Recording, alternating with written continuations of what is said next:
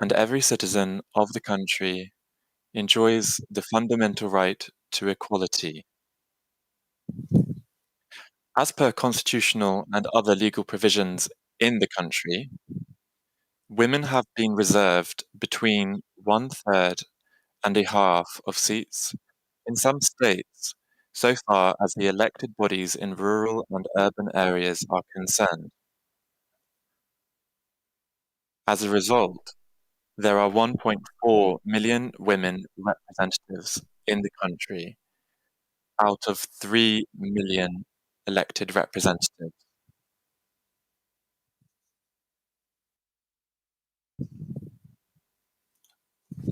Friends, apart from ensuring adequate representation for women, we have also focused on making legislation in accordance with international conventions. We have also focused on repealing and amending a number of laws so that Indian women can enjoy equal rights. As a result of these efforts, India has entered into a new age of gender equality and gender justice. To ensure the holistic development of women and girl children, a number of schemes have been launched, such as Beti Bachao Beti Padhao, Save the Girl Child, Advocate the Girl Child, Prosperous Girl Child, Maternal Protection, and bank accounts for every Indian. As a result, today more than 7 million self-help groups are working to empower women in the country.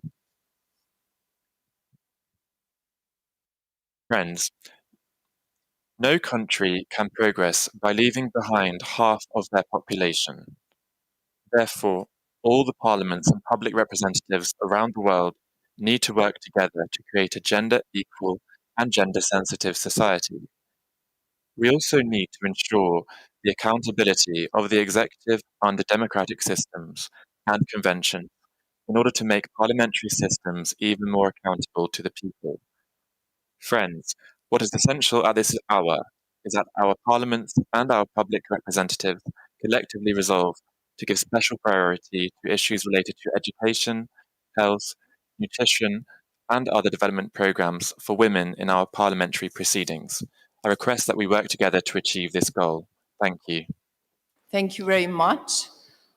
We come to the next speaker, who is in fact on a video. So we are very pleased to have from Uzbekistan, Ms. Danzila Narbayeva, the Speaker of the Senate of Uzbekistan, who kindly sent us a video message. Please. Уважаемые участники дискуссий,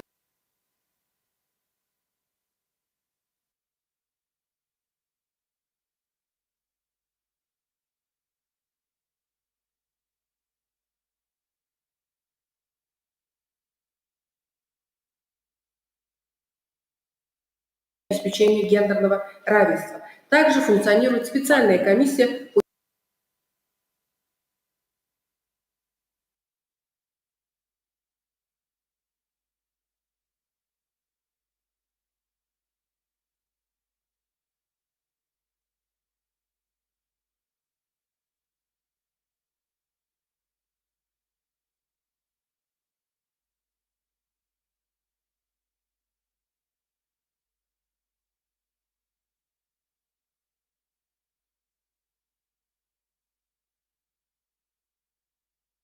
With the translation.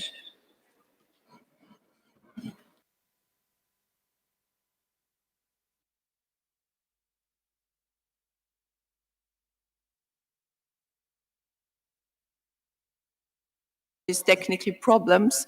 So if it's possible, we would like to move on. I'd like to ask you, Lusaka, President of the Senate of Kenya, to deliver your contribution. Please, you will speak against the motion. Thank you so much. I observe all the protocols and say I'm very honored to present this motion. Repealing discriminatory laws is the only path for gender equality. We all agree that huge strides have been made worldwide in the mainstreaming of women issues in all spheres of life, including political, economic, social, and cultural. And we also agree that the gender equality and empowerment of women are at the heart of the SDGs and are preconditions for overcoming poverty, hunger, and disease. Similarly, the United Nations Security Council Resolution 1325 recognizes the centrality of gender international peace and security by recognizing the role of women in conflict prevention, peacekeeping, conflict resolution, and peace building. So this further reinforced, renewed, and complemented by other UN resolutions on the same subject, including the UN resolution of 1820 and many others that I can quote.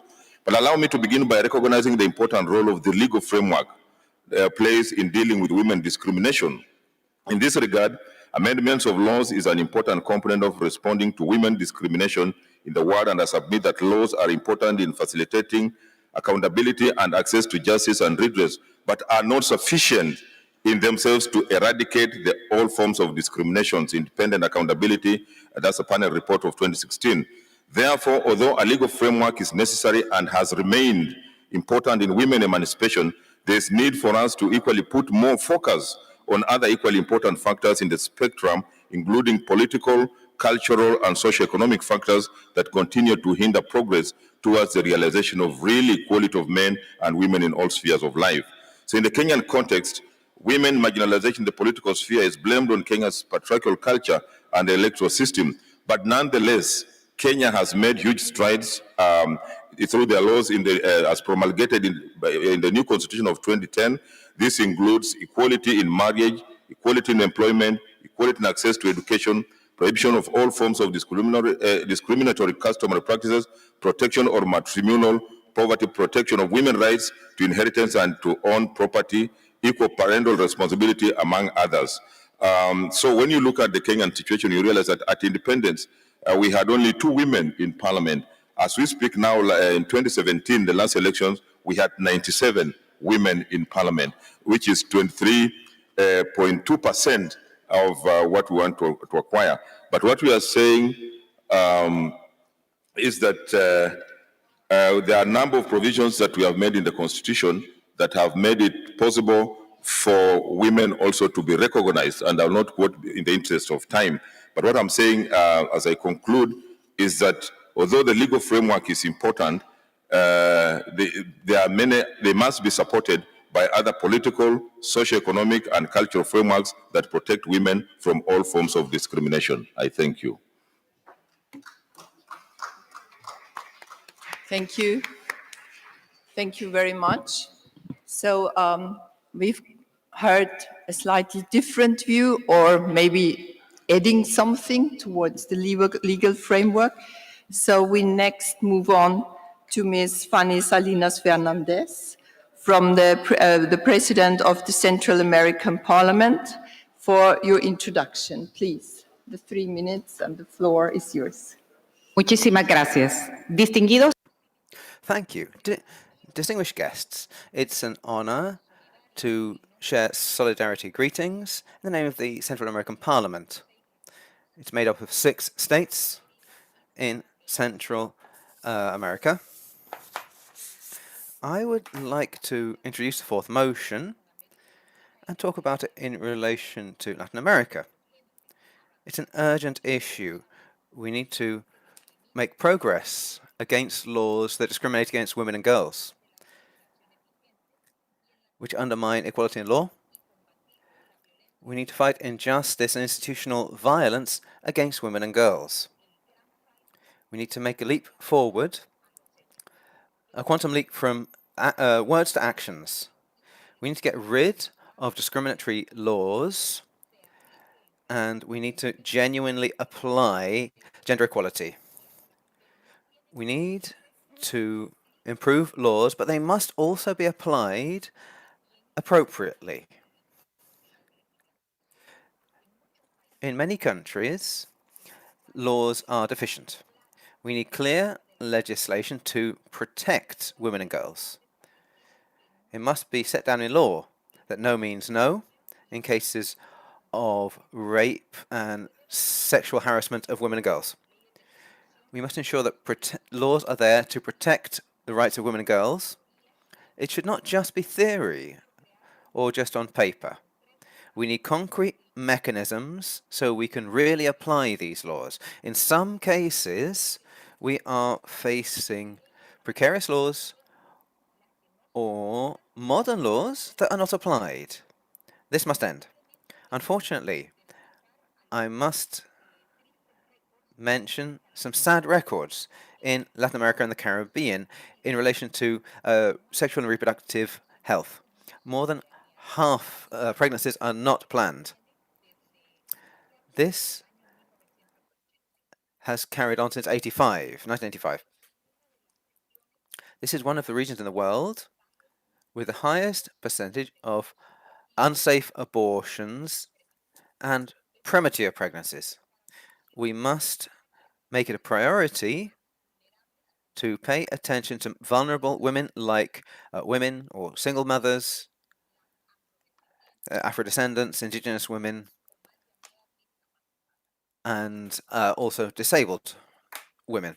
They are doubly discriminated against as they are part of various vulnerable groups, and also just because they're women. We need legislation to include all these vulnerable groups for their protection and to open up opportunities for human development for all of them, for their children as well. Therefore, I suggest that we pass this fourth motion. Thank you very much.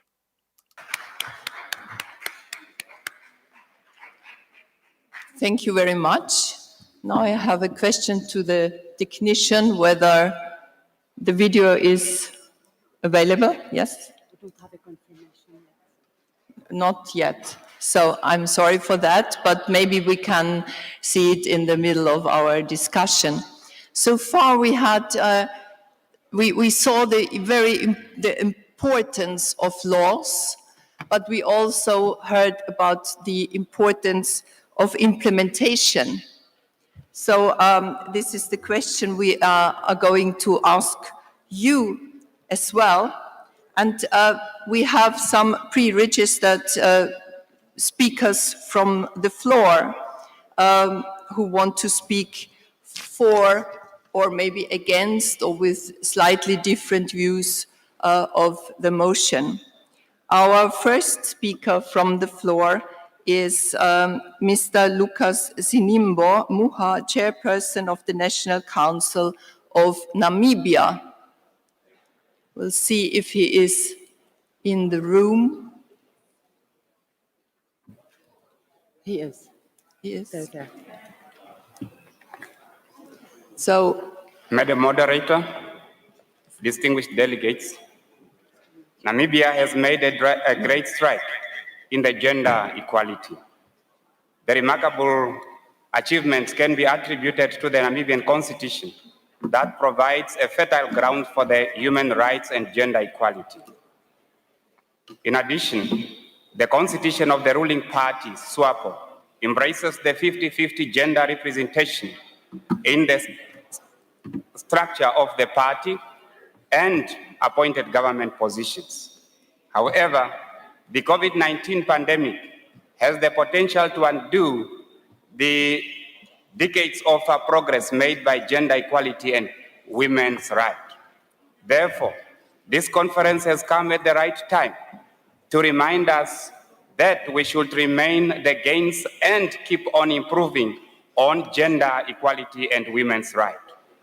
My contribution is premised in the understanding that leadership and decision-making role should be a shared obligation in order for both genders to meaningfully contribute to the development of the genuinely gender-inclusive society.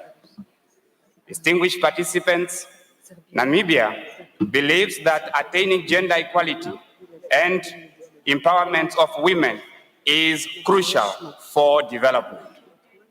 To ensure that Namibia women and girls have equal opportunities to participate in the socio-economic and political life, provision is made in Article 10 and 23 of the Namibian Constitution, which discourages discriminations against women and promotes women's participation in the political, social, and economic life.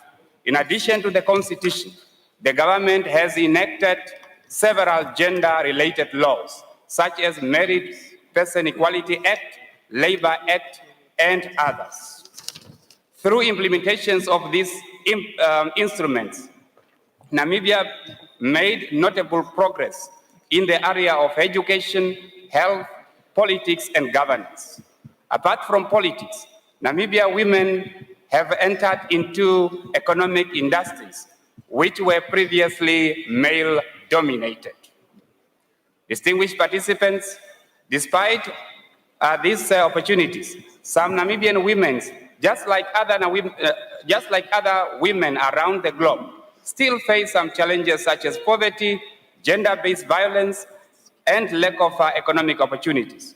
These downfalls were worsened by the prevalence of COVID-19 pandemics and the lockdowns. Let me conclude by saying that gender equality and women's empowerment contributes to women's access to public leadership role, whether in politics, legal profession, business sectors, academia, and sport, which remains elusive in some countries despite SDG 5. Hence, I am making a call to the World Athletic Body to repeal the controversial and discriminatory rule on women with higher testosterone that is used against women in sport. To be specific, on our two Namibian sprinters who were banned from competing in the 400 race at the recently concluded 2020 Tokyo Olympics. May I ask you to formulate your last sentence? Thank you. This rule is unfair in the sense that these two innocent 18-year-old girls are naturally born girls just like any other girl on this planet. So I submit, Comrade Moderator. I thank you. Thank you very much. Thank you. We come to the next speaker, Ms. Eliane Tillieu, President of the Chamber of Representatives of Belgium. The floor is yours. Thank you, Madam President. C'est un plaisir pour moi de prendre. It is an honour for me to take the floor here at the 5th World Conference of Speakers of Parliament to talk about the situation of women and whether it has improved over the last few decades. When we look at this, we see that the status of women and girls in several countries is still not equal to that of men. However, the situation is very delicate. We can see disparities between different geographical regions, but the COVID-19 pandemic and the economic recession that followed it, as well as its social consequences, have had a significant impact on women compared to men. This has increased the gap, which had been filled in the past, or been in the process of being filled. Conflicts often affect the rights of women and girls, first and foremost. Unfortunately, we can see this in Afghanistan, and all international bodies should be focusing on this. We therefore need to adopt legal binding measures when it comes to gender equality. We must legislate in order to achieve the equality of rights between men and women. I'm thinking here of the principle of being paid equally, as well as equality of chances, and the recognition of the notion of positive discrimination. The place of women in leading bodies of private and public companies is also a central issue, and I'm very pleased to see that certain initiatives have been taken in my country in this regard, but it is not enough. We cannot erase stereotypes through only through legislation alone. Therefore, we require initiatives, awareness-raising campaigns, training courses at home and at schools. And we need to build up networks of women. We need models and integrating the gender dimension into policies. And of course, in the fight of violence against women. In this regard, in 2020, Belgium joined the UN's friendly group to eliminate violence against women and girls. And our Chamber of Representatives has dedicated several weeks of hearings and debates on this matter. It talks about domestic violence against women and children. In April, a final resolution was adopted to ask the government to fight against domestic violence and make it a priority. This includes physical, psychological, and economic violence and this is very important after lockdown, online violence. This is particularly pertinent for social networks. This policy must be integrated and associated with all levels of power. So this is one way of protecting victims, women, but also children. Thank you.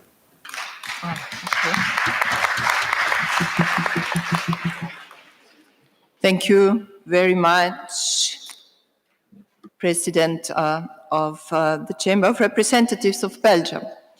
We now move on to Mr. Mahmoud Ibrahim Lavan, Speaker of the Senate of Nigeria, to take the floor for his perspectives on the motion. Mr. Lavan, he obviously is not in the room. So we move on, and I invite next Mr. Ivica Dacic, the Speaker of the National Assembly from Serbia, to take the floor.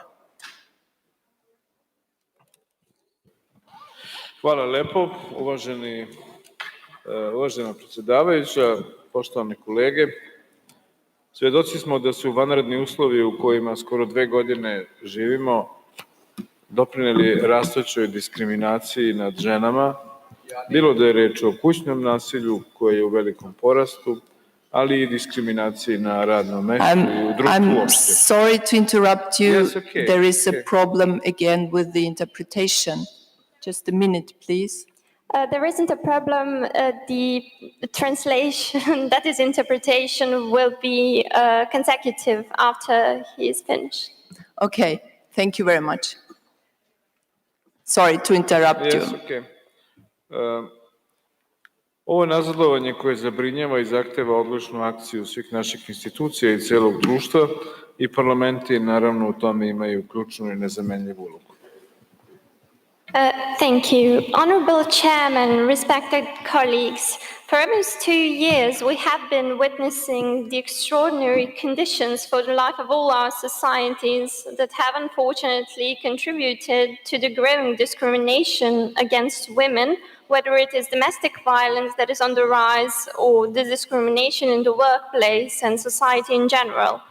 This is a setback that worries and requires decisive action by all our institutions and the whole societies. Parliaments have a key and irreplaceable role in this.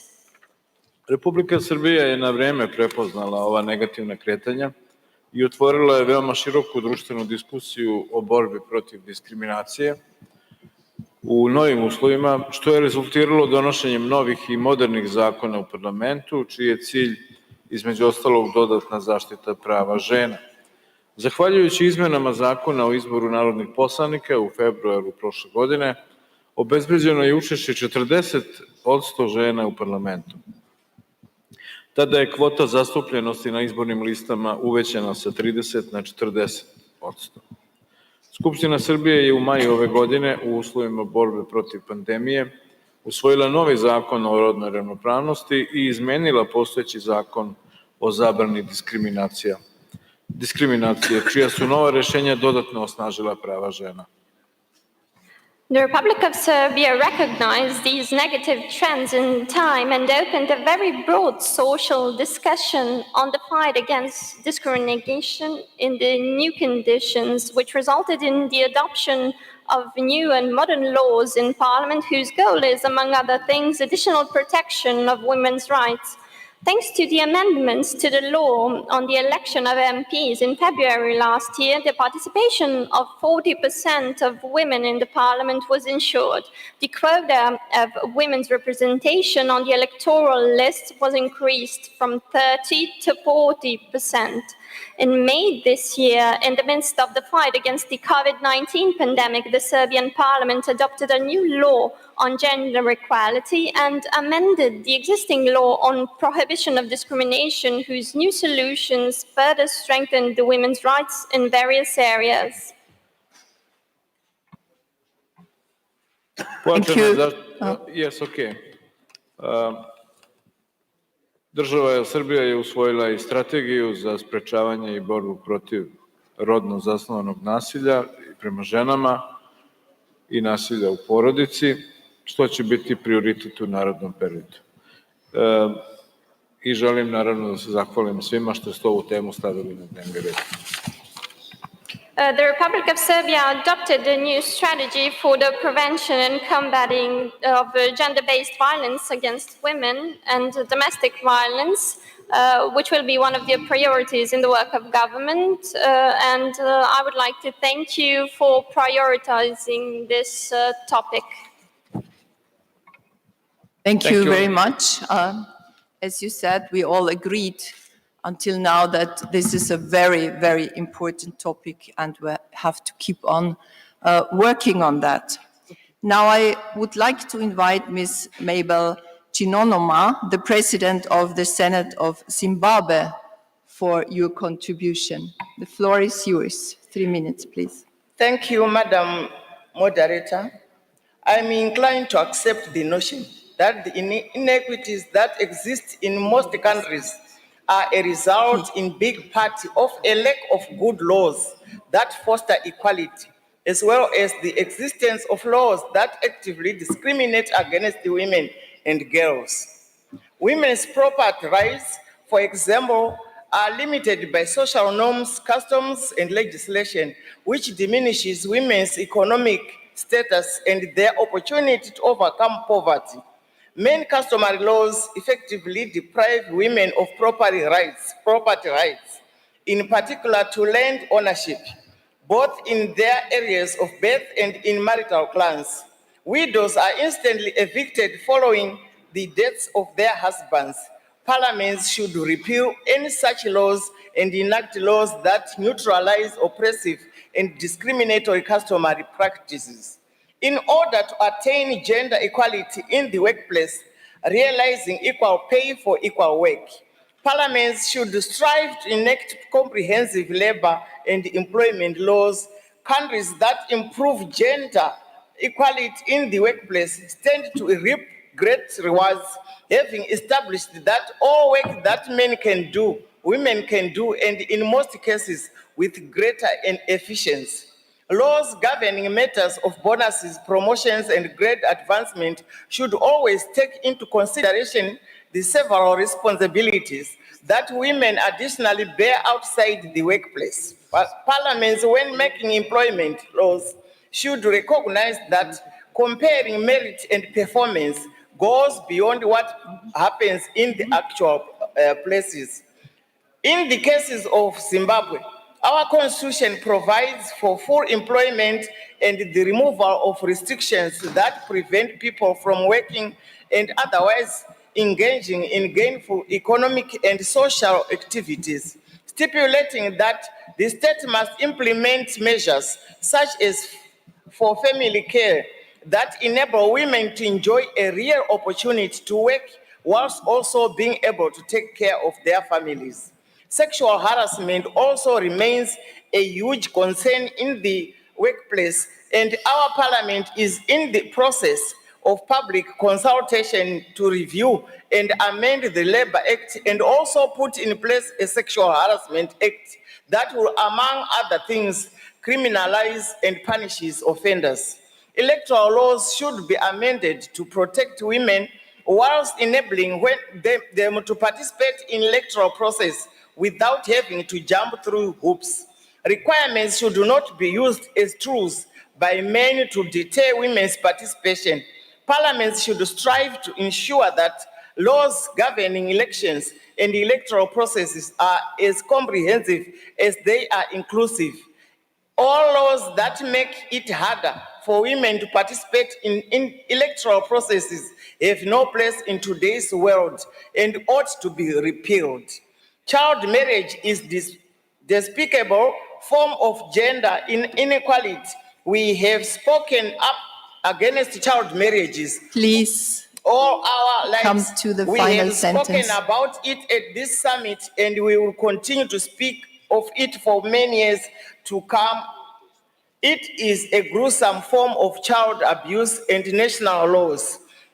Any laws that does not treat women and men fairly ought to be repealed and replaced with laws that recognize gender equality. Let me conclude by quoting for you the great Irish philosopher Edmund Burke, who said, "Bad laws is the worst kind of tyranny." I thank you. Thank you very much for your contribution. We come now to the Speaker of the Stortinget of Norway, Ms. Tone Wilhelmsen Trøen. Please, you have the floor. Good morning, dear moderator and panelists. Legislation is, of course, very important to reach gender equality. However, it is not enough. We must ensure that women are able to make use of their rights. One important thing is to give women the time to engage in the working life and politics. This should be done by relieving them of their traditional burden of domestic work and care. In Norway, women got the right to vote and be elected to parliament in 1913. This was an example of changing legislation. But it was first much later, in the 1970s, that women representation in parliament reached substantial numbers. Why first in the 1970s? Well, that was when our welfare state was established with public financed childcare and homes for the elderly. As a consequence, women could now spend more time outside their homes getting help to look after their children and caring for their older relatives. During the COVID-19 pandemic, the need for household chores and care has multiplied. And again, the women had to take most of this unpaid work. When UN Women tells us that even before the COVID, women already spent about 3 times as many hours on unpaid domestic work and care work as men, we can only imagine what negative effect the pandemic has had on gender equality. So to conclude, reducing the burdens on women's domestic and care work frees up time to engage in society and contributes to increased women representation and gender equality. Changing legislation that discriminates against women is important, but legislation is not enough on its own. Thank you. Thank you. Thank you. Thank you very much, dear Speaker of the Parliament of Norway. Now we come to the next speaker, and I would like to call on Ms. Yemanumu Kumba, Speaker of the Transitional National Legislative Assembly, to take the floor. Thank you, Madam Moderator, honorable speakers of this August gathering, distinguished guests, ladies and gentlemen. I stand in support of this motion. Laws, whether constitutional or customary, are fundamental legal framework that can either empower women and girls or undermine their empowerment and achievement of gender equality. Most discriminative practices against women and girls are entrenched in some forms of law. According to the research conducted by the UN, over 2 million women and girls around the world are affected by discriminatory laws that impede gender equality and hold women and girls back. It is against this backdrop that the only path towards achieving gender equality is to repeal laws that discriminate against women and girls. Parliaments, as institutions representing the voices of the people, have fundamental roles in ending such laws and enacting those that promote gender equality and exercise oversight over their implementation. Equality in law for women and girls by 2030, a multi-stakeholder strategy for accelerated action as a strategy developed by the UN, the African Union, the IPU, Commonwealth, and other stakeholders to fast-track the repeal or review of discriminatory law in 100 countries by 2023 is a move that is in recognition of the importance of gender equality laws. It is increasingly becoming apparent that investing in women is the only means to eradicate poverty and attain sustainable development. Women, once empowered, can build better livelihood, gain more income, contribute economically to their families, thereby improving family access to health, education, and nutrition, and create businesses that provide jobs and boost local economies. Therefore, laws that prevent women from property inheritance, land ownership, microfinance credit can lead to food insecurity, malnutrition, and lower income and poverty. Gender equality laws can prevent indiscriminatory rape, reduce sexual and domestic violence, and promote equal treatment of female employees, and set minimum age of marriage to enable girls to further their education and prevent pregnant teenagers from being dismissed from schools. In South Sudan, the participation of women in public life continues to be limited by the existence of cultural and religious laws and customary practices. For too long, women's position in government institutions were mainly associated with their traditional roles related to social care, such as teaching, nursing, and home care. This status quo was successfully challenged by the active and equal participation of women in the liberation struggle and their subsequent participation in peace negotiations and constitutional making processes. During this would you process, come to your final remarks? women demanded affirmative action of 25% of women representation at all levels of government. And this was incorporated into both the Comprehensive Peace Agreement and the interim constitution, and that provides the legal basis for women empowerment. This affirmative action as a legal provision set the stage, thank you, for increased number of women in government. Currently, women are represented, 34% of women are represented in parliament and other levels of government. And also this has put South Sudan,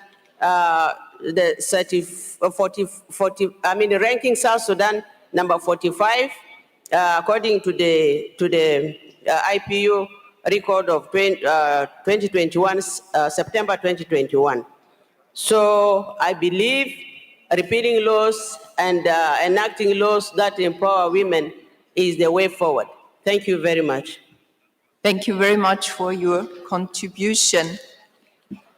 Distinguished guests, we now open the floor to spontaneous contributions from the speakers of parliament to heads of delegations present to address the fourth motion. And we have a speaker from the German Bundestag, the deputy speaker of the Bundestag of Germany, Ms. Claudia Roth, bitte.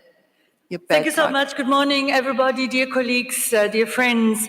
The reality of millions of people is already affected by the impacts of the climate crisis, which is worsening hunger and poverty around the world. And for millions of people, the effects of the COVID-19 pandemic now come on top. As Antonio Guterres pointed out recently, women and girls are particularly affected as they bear the brunt of the climate crisis, and women and girls are also bear the major burden of the COVID-19 pandemic. This underlines the gendered effects of crisis, that it is women and girls, that it is those structurally marginalized in societies who suffer most in all crises. We are still far, far away from a world of gender equality, far away from a world in which the basic human rights of all are safeguarded. A world that, as pointed out in Beijing in 1995, recognizes that women's rights are human rights because women are human beings. In contrast, we still have to fight for the very basic notion of human rights in times in which the universal, the inalienable, the indivisible rights are actively called into question by some reactionary forces, in times when misogyny, when homophobia, when racism is so brutally reinforced. So we as Democrats have to join hands and strengthen our global movement for human rights again and again. Underline the inherent worth of each and every person and make equality a basis of all political decision-making. With the Agenda 2030, we as the international community have set ourselves ambitious yet much needed goals for a globally just world, a world without hunger and poverty, a world in which all can live in dignity without violence while respecting planetary boundaries. It was a milestone that we agreed on gender equality in SDG 5, that we have recognized that gender equality is not an add-on, but something that has to be incorporated in all political fields. Gender equality and global justice can only be achieved together with ambitious domestic and foreign feminist policies, with structural and bold thinking, and also with attention paid to fighting the climate crisis, because there's no gender equality on a dead planet. Thanks. Thank you. Thank you very much. We now move on to Ms. Anita Annette Among, Deputy Speaker of the Parliament of Uganda. You have the floor. Thank you very much, moderator. My name is Sarah Opendi, the head of delegation and member of parliament from Uganda. I bring you greetings from Uganda, the Pearl of Africa. Madam Chair, I do support this statement.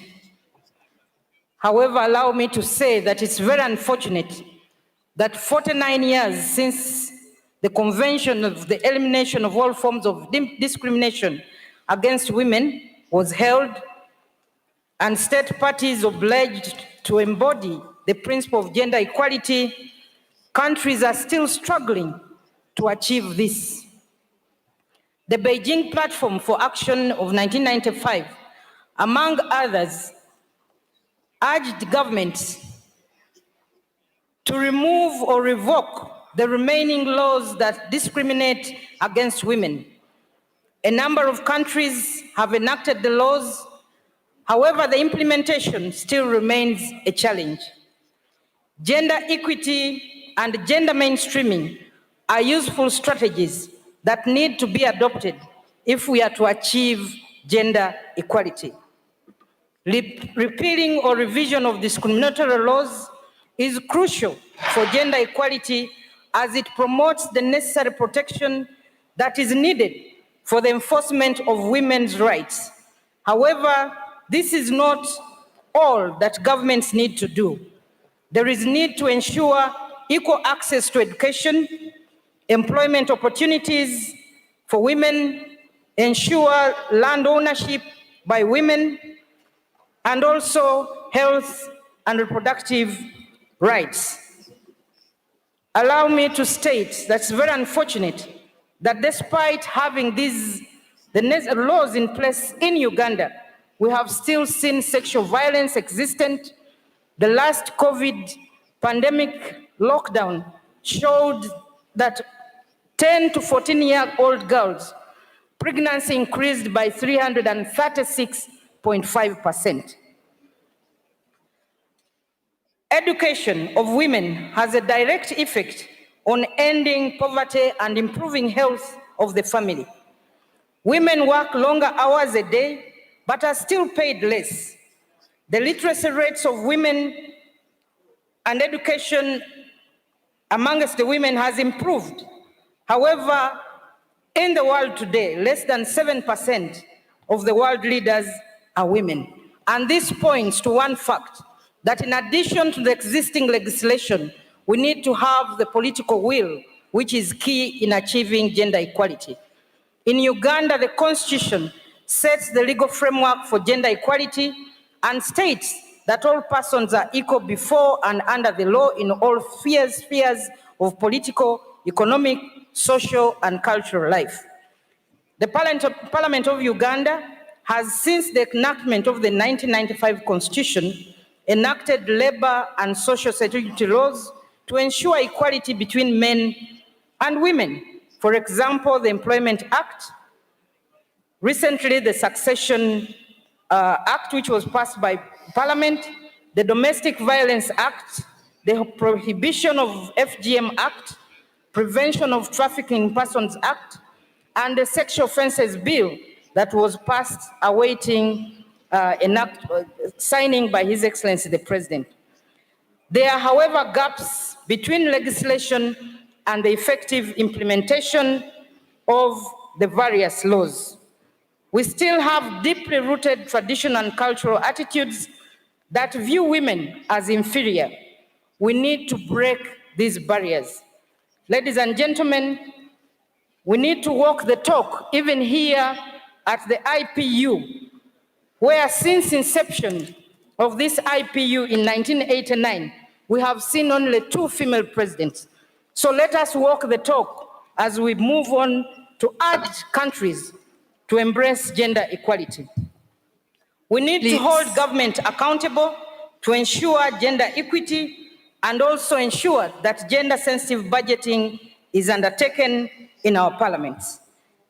President Nelson Mandela, as I conclude, President Nelson Mandela did say that freedom cannot be achieved unless women have been emancipated from all kinds of oppression. Achieving gender equality should be a responsibility of every individual, and it all starts with you. In conclusion, there is need to repeal the laws as a catalyst. Please but come most to the end. importantly, we need to fix the unfair systems that have suppressed the opportunities for women. Let us all be the change that we want to see in the world, as Mahatma Gandhi said. Thank you. Thank you very much. Now I call on Ms. Edith Estrela, Deputy Speaker of the Parliament of Portugal, to take the floor for her contribution. Thank you, Madam. Dear colleagues, dear all. In essence, we are asked to answer to 3 main questions: legal, economic, and power. The latter, by its catch-all nature, may be considered both of a political and of a societal nature. The answer to them is simple. We have a long way to go.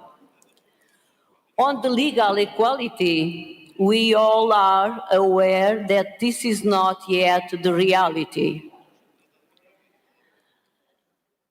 A case in point, Afghanistan and recent developments. And what to say about those countries where women are still now deprived of their full civic and political rights. Then we have the economic dimension.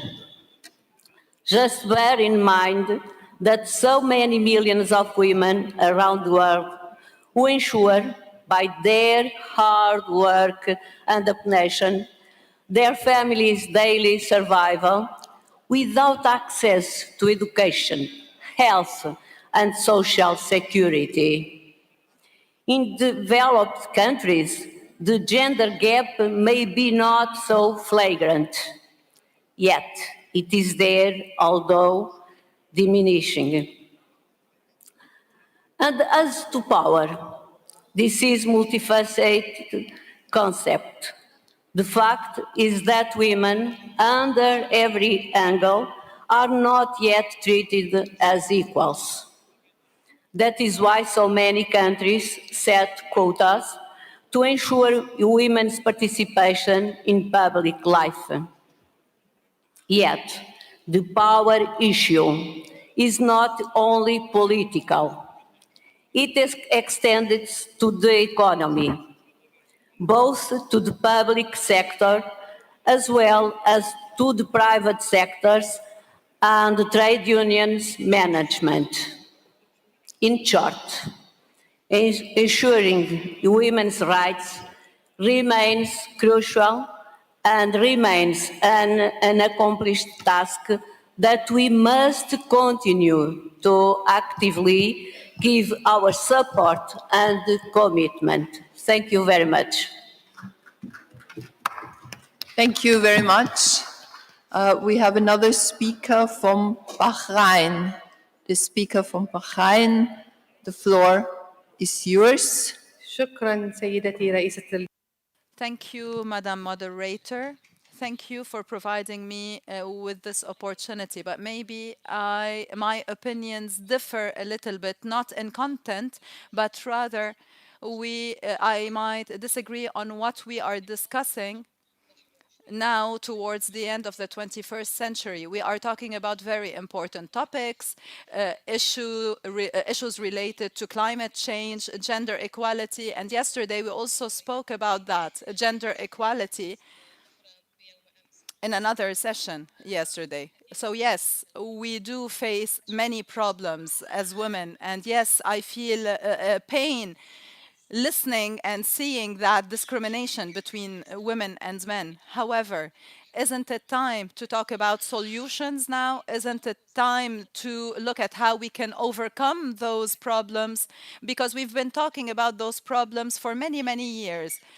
Ever since I assumed my position and ever since I started my activism as a woman, we've been talking about lack of equality and discrimination. Now, allow me, although I'm unable to go into the details because I've already mentioned that yesterday, but I will mention very quickly the experience of the Kingdom of Bahrain.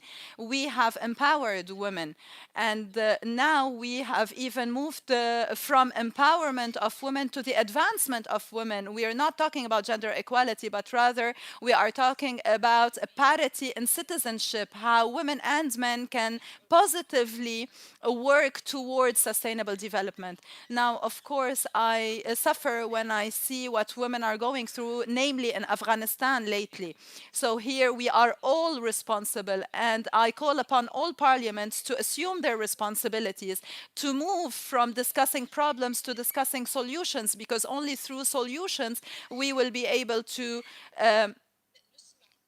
move towards the future, to listen to each other, to learn from each other, and to help each other, whether we're talking about women in general or minorities as well. So this is where the parliaments play a very important role, and this is where the IPUU as well takes an additional step towards moving towards a different framework, a framework that will allow us to discuss solutions by which we can solve the problems. Women are also to be held responsible because we are the half of the society. We raise our children, boys and girls. So we raise our children, whether boys or girls, in a way, but then later on we grow up, we become activists, and we want to change what we have instilled in our children early on. So let us start early on inside the family by raising our children with gender mainstreaming in mind, and then we will have a better future. And the Quran says God can only help those who help themselves and change. So we need to start changing inside our homes, in our nuclear families, and by doing that, our societies will change. So I hope in our next meetings, we don't talk only about problems, we don't talk only about discrimination, we don't only talk about minorities, rather we talk about the solutions, because of course these are very, very important topics, and that is why I call upon everyone to look at the Bahraini experience, not because I am from the Kingdom of Bahrain, but because I really want everyone to make use and benefit from our positive experience, because with the good governance that we have, with the good leadership we have been able to look at women as citizens, and we have the Higher Council for Women headed by or presided by the First Lady, who was able to take women from the problem situation to a place where she is an equal citizen. So if I am a Muslim woman in an Arab society coming from a Gulf country, and if I have been able to be in my position 3 times in an equal position with men, and to win all the votes, and to be the first woman in the Arab world to assume such a position, Speaker of Parliament, then I think anyone can do that. So we need to really raise our children, boys and girls, in a way that will allow us a better future. Thank you. Thank you very much for your enthusiastic speech. I have the question is whether there are more comments from the floor. We have time for 2 to 3 comments from the floor. If this is the case, please announce your wish. We have the possibilities of having speakers, deputy speakers, or heads of delegation to make some comments. If this is not the case, so I would, yes, there are some. There are 2. I need to check if there are speakers or heads of delegations. Just 1 minute. Just a minute, we try to figure out who wants to speak.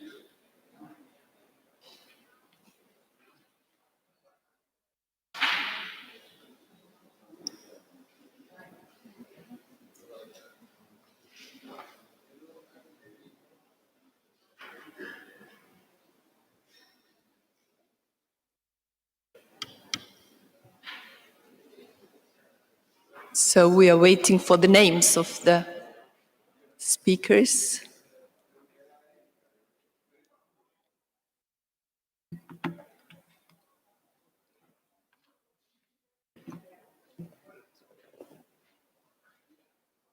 Or heads of delegations.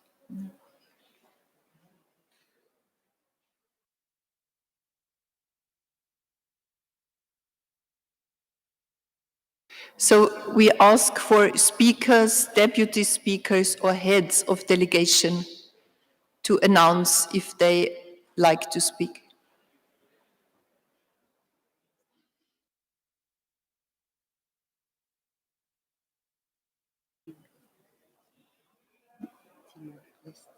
Deputy speaker. Deputy speaker from Timor-Leste. Our next speaker is Deputy Speaker from Timor-Leste. Please, you have the floor.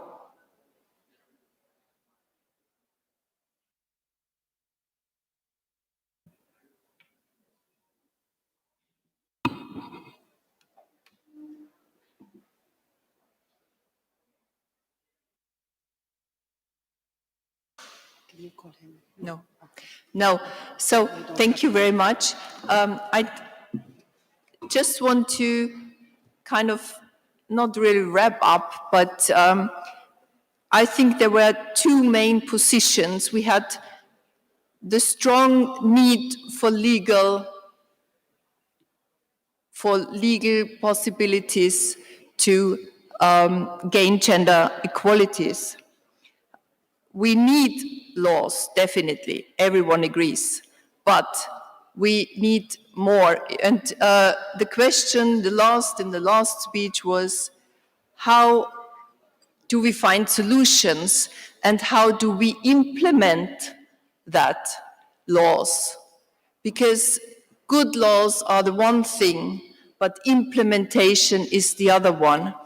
And cultural advance sometimes seems to go too slow. So is it education, which again, education is the main issue maybe for countries to implement laws? So how do you, Mr. Birla, implement laws? What is the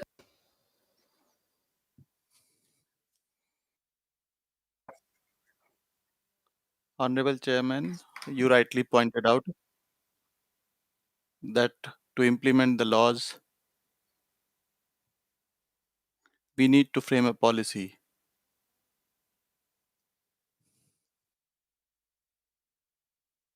Many speakers have raised topics.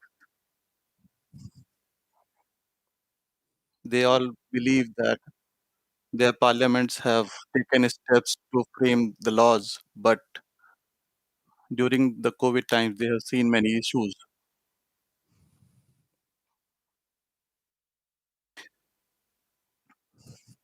As the speaker from Bahrain has pointed out, that it is time that we implement the laws, and education is very important for that.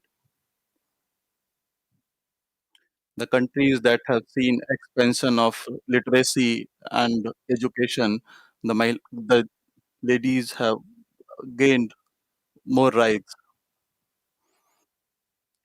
This is, I feel, that at the level of IPU, we need to discuss how all the parliaments can take measures for women empowerment. This is my suggestion.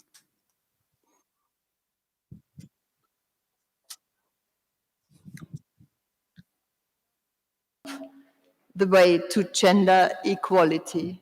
And is it education? How can we speed up the cultural change? We have laws, but then how do we really get to the solutions? I thank you very much. I think for me, one of the most critical things is political goodwill. Because like you have rightly said, it's one thing to have good laws, but good laws can just remain on paper.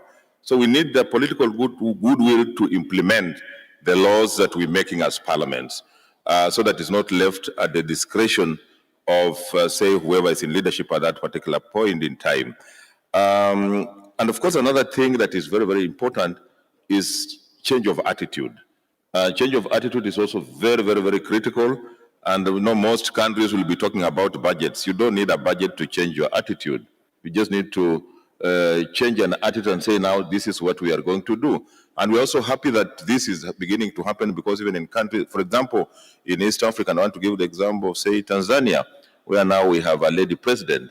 We are looking forward, we are very happy that she's going to champion some of these discriminatory laws that have worked against women. She should be able to lead now that she's in that position of the executive.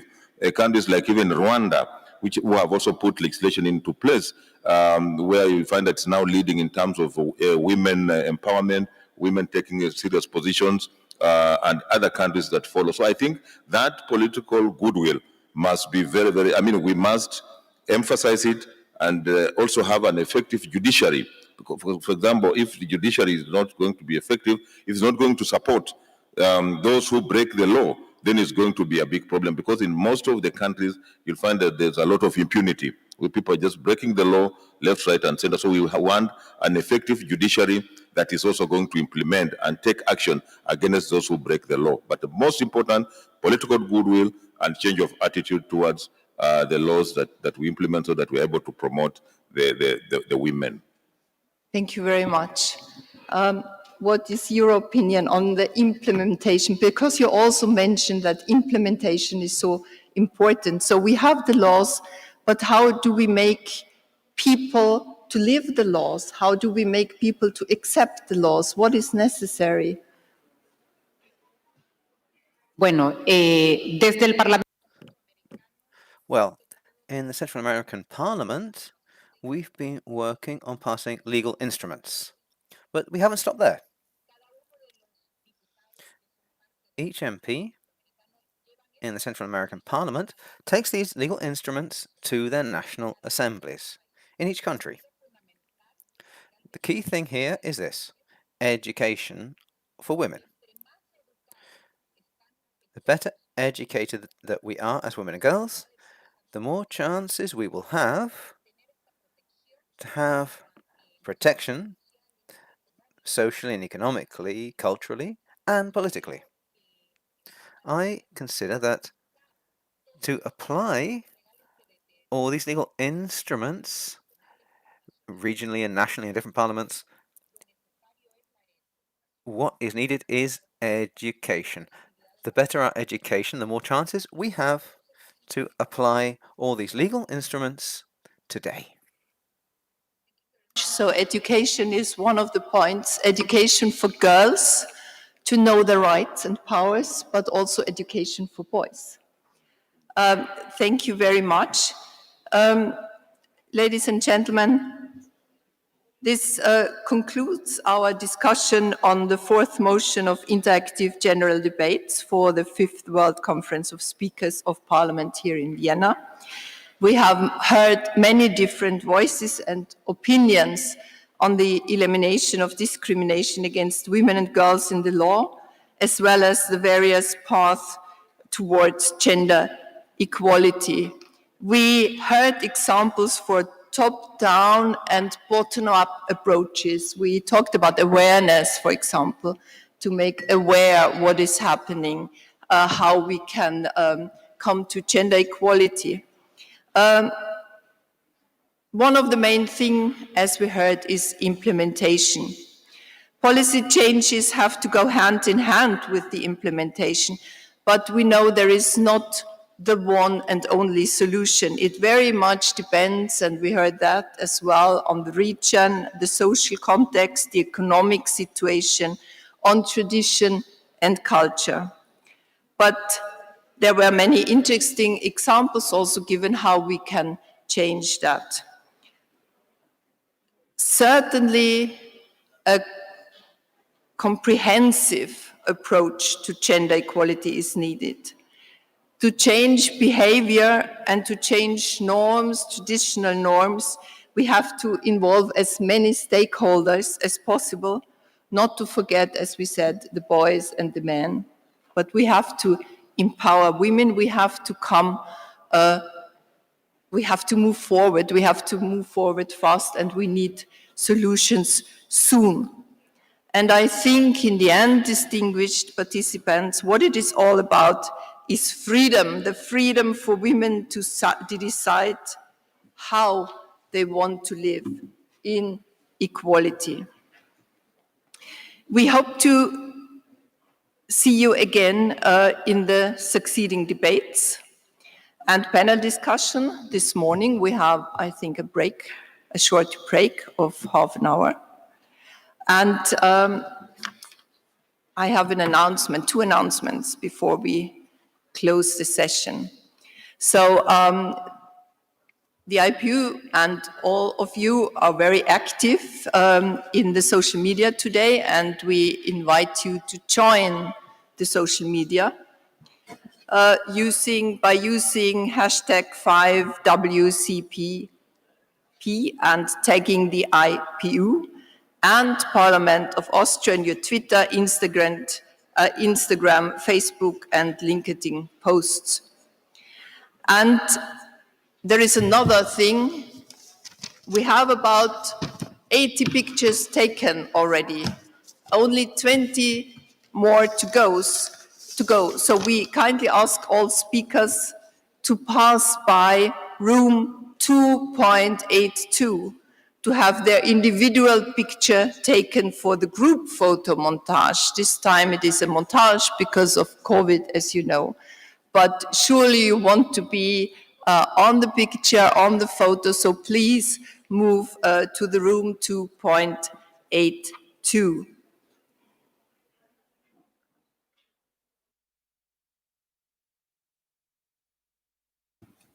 So,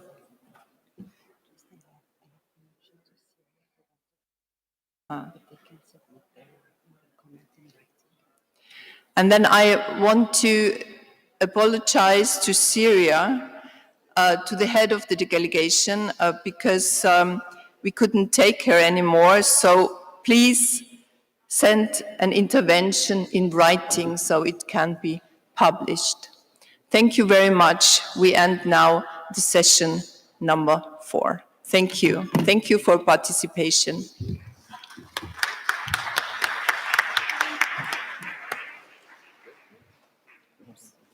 Thank you very much. Thank you.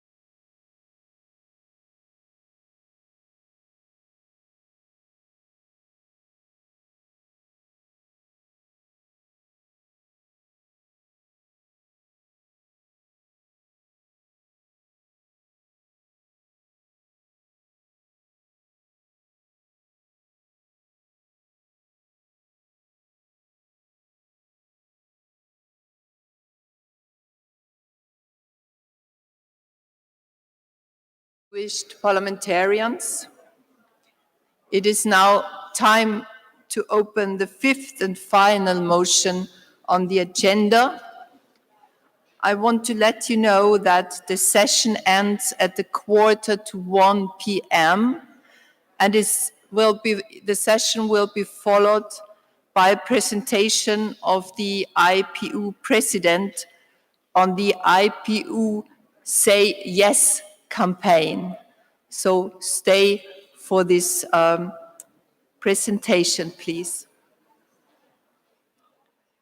The title of this motion is Emergency Measures Imposed by the Government Must Always Be Subject to Parliamentary Approval and Regular Review. I think you will agree to me that it is a motion that is particularly significant for parliaments and their speakers, as it concerns the powers of parliament at a time of crisis. I'm honored to be joined by the speakers of parliament from Italy, Madagascar, and Palatino, who will open the debate on this motion. Thank you very much for being with us. Before we begin, I would like to say a few words by way of introduction. It is, of course, not the intention of anybody in this room to suggest that Parliament should ever stay aside and allow measures to be enacted by the executive branch of government. We are all fervent supporters of strong parliaments and democracy. However, we are all aware that exceptional circumstances sometimes require exceptional and extraordinary responses. The COVID-19 pandemic has proved a real-life example. Few of us would ever have expected that. And the pandemic has posed challenges to all institutions and governments, including Parliament.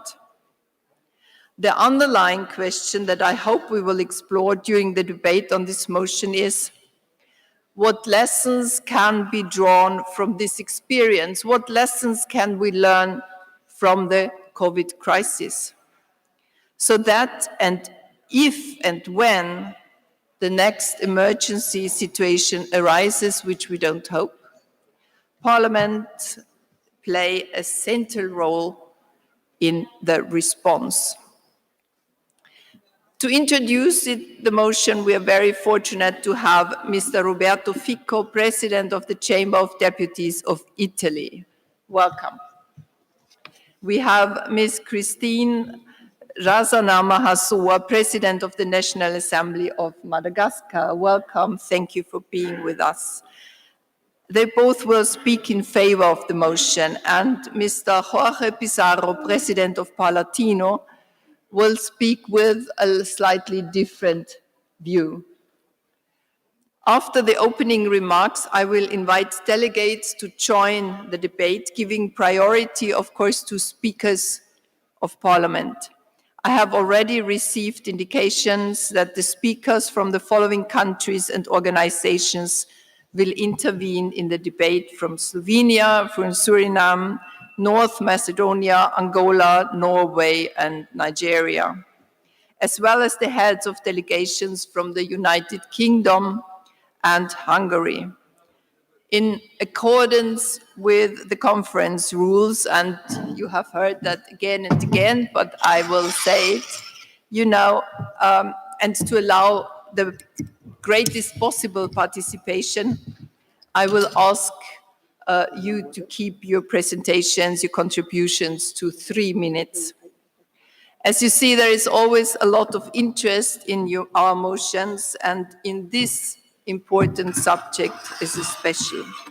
If you wish afterwards to take the floor, so please raise your country's nameplate and the Secretariat will note. So with without further ado, and just straight away, we want to start the debate. And I give the floor to Mr. Roberto Fico.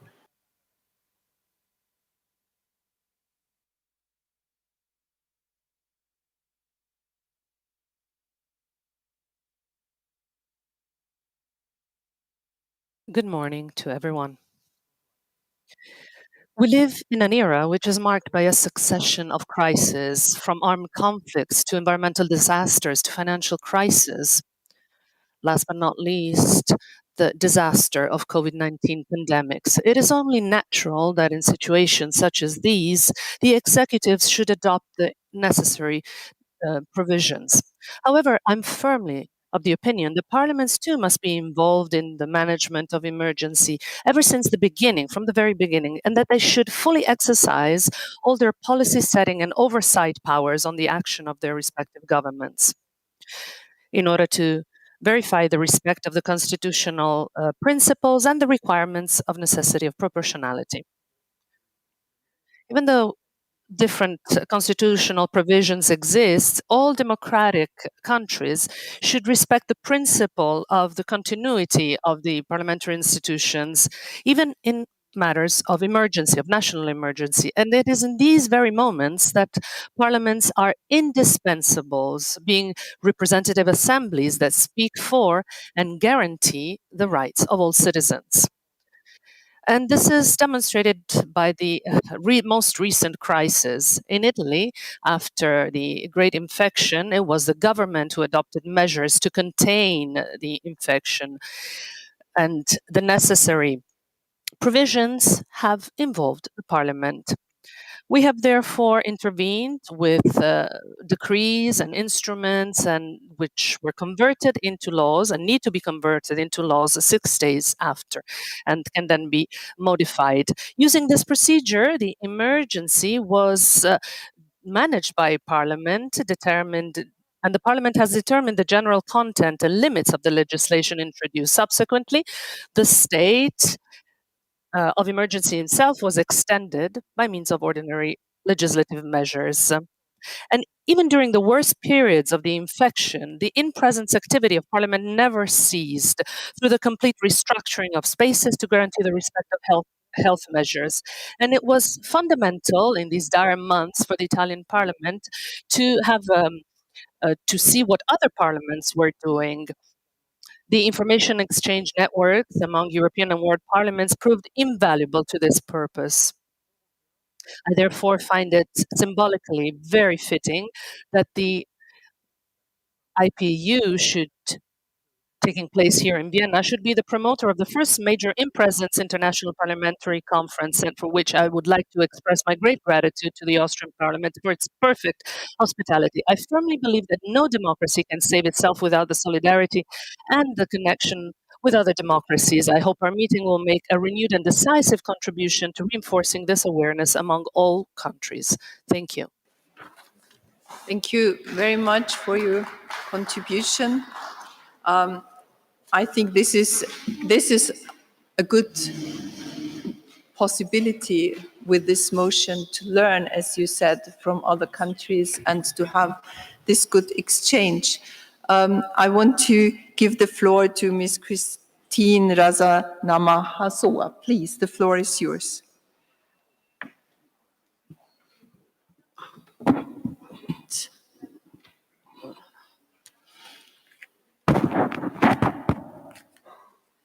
Merci, Madame.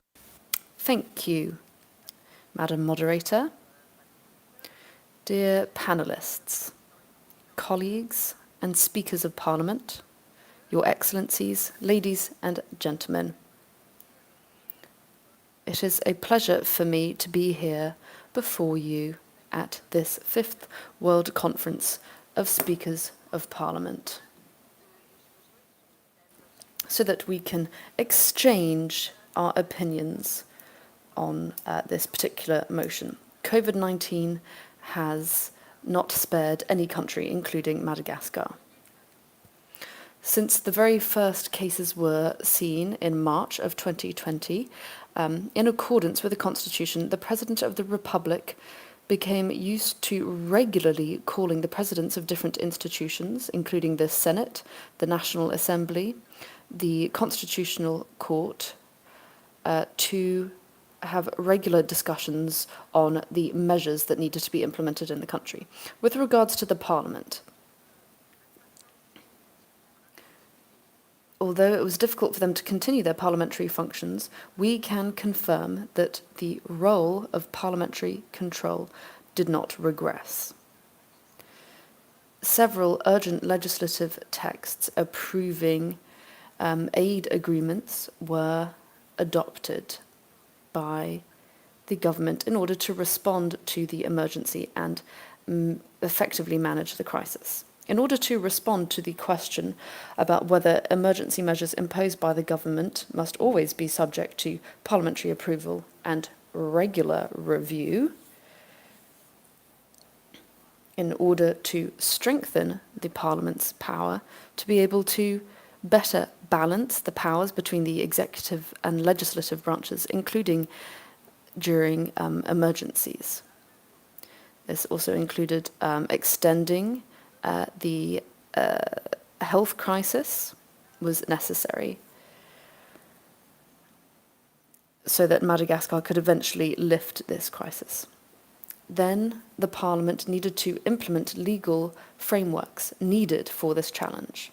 Outside of these main functions of the Parliament, there was also the responsibility to inspect and evaluate the actions carried out by the government in their response to the crisis caused by the pandemic. The Parliament needed to monitor transparency of the management of the crisis in order to maintain public opinion's confidence in them. More than ever, the government needed to listen to its population. So by way of conclusion, ladies and gentlemen, I want to take this opportunity to thank all parliamentarians across the world who contributed to the continuation of democracy and monitored parliaments and governments from the beginning of the pandemic up until today. We must continue in our will to serve our countries and be the symbol of hope and the expression of the rights of our electors. Thank you. Thank you very much. Thank you for this important input. Now we ask Mr. Jorge Pizarro, President of Palatino, for your speech, please. Muchas gracias. Thank you very much. I would firstly like to say that on behalf of the Latin American Parliament, we are made up of 23 congresses from the Caribbean and Latin America. Our countries have various different presidential regimes, and this means there is an enormous difference between various different parliamentary systems. But firstly, all institutions of the state have a very important role to play when it comes to developing national policies. As a result, national parliaments have the most important task to carry out when it comes to building societies and coming up with policies of well-being for its population. This is why it is very important to realize that without parliaments, there is no democracy. Parliaments are the expression of the will and sovereignty of our peoples. This is why parliaments have the obligation to be transparent on the decisions of the executive and to make sure that they respect the interests of the country as well as the human rights of all people. I have been asked to say something against this motion because I think it's very difficult. We all agree that all decisions that governments made must be approved by parliaments. So where can we encounter difficulties here? Well, there's a difficulty in participation of parliaments when parliamentarians, each one of us, are supposed to be representatives of our citizens. So we need to respond to their particular interests. We need to respond to the demands of our citizens, which in this globalized society is becoming increasingly focused on niche topics.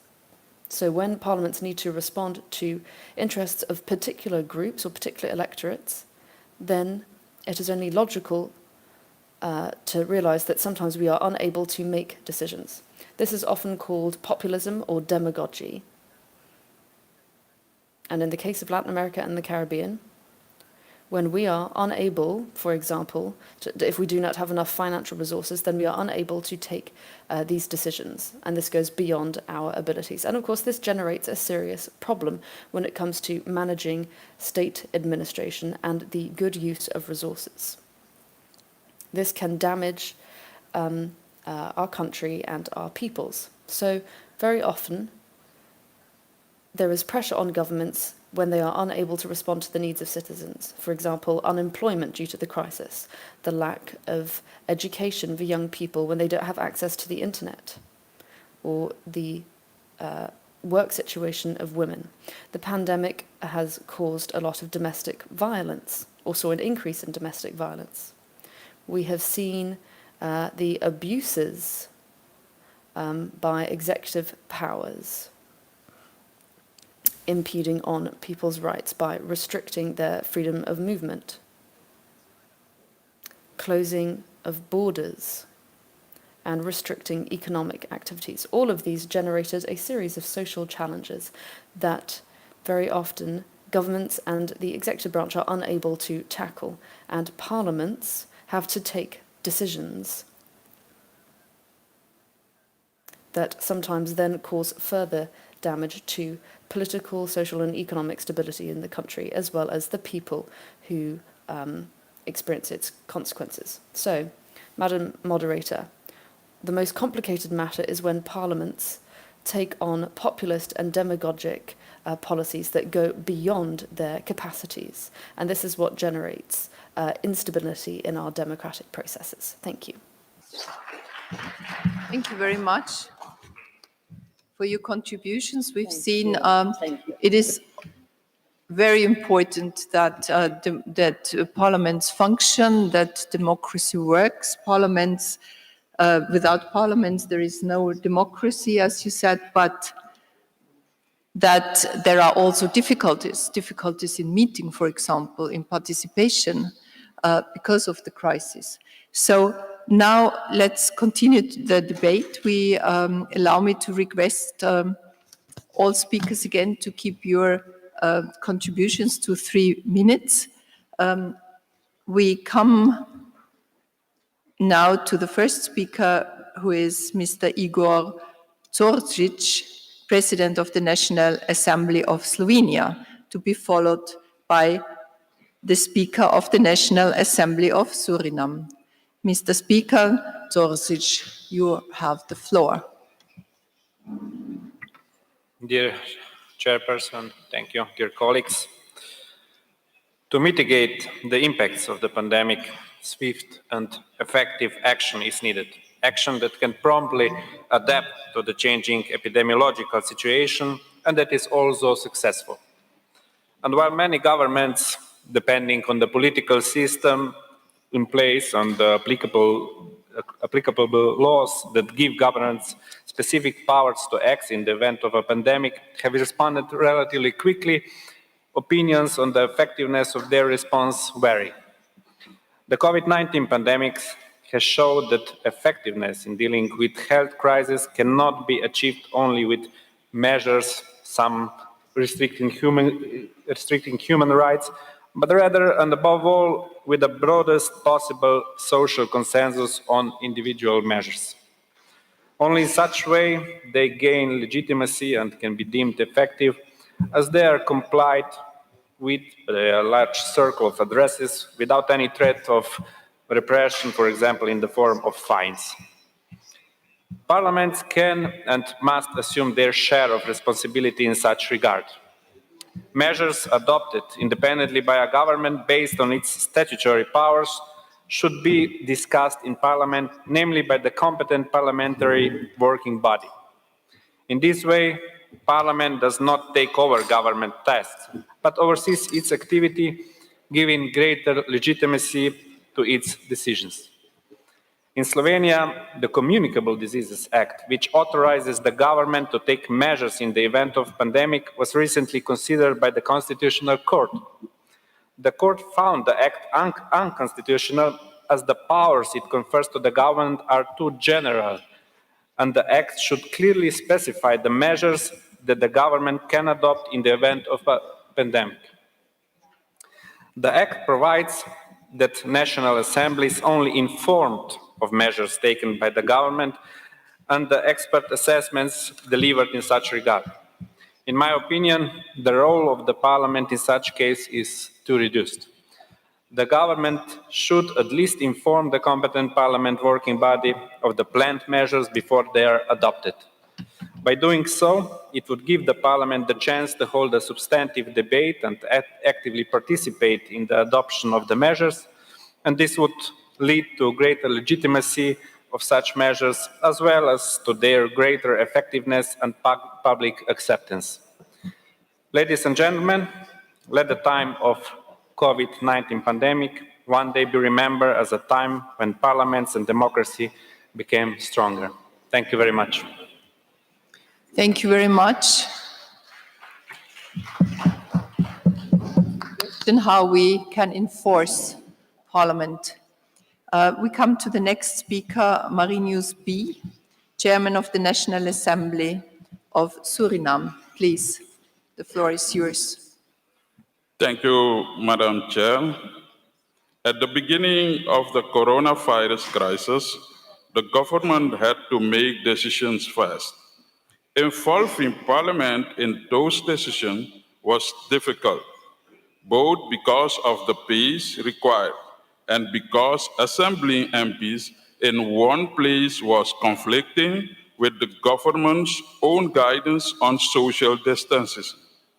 Suriname is in favor of parliamentary approval and regular review on emergency measures imposed by governments based on the following reasons. Given the impact of emergency measures on fundamental rights and freedoms and on the normal function of democracy, emergency measures need to be carefully examined, matched with adequate legal safeguards and subject to close democratic inspection. We need to adopt special measures to tackle the spread of the coronavirus involving the strain of temporary restriction on certain rights and freedoms, such as freedom of movement, freedom of assembly and of association, the right to education, and the right to engage in work. Emergency powers allow the government to introduce measures that may affect fundamental rights, such as the right to liberty. These measures can only be introduced in exceptional situations and should be temporary in nature.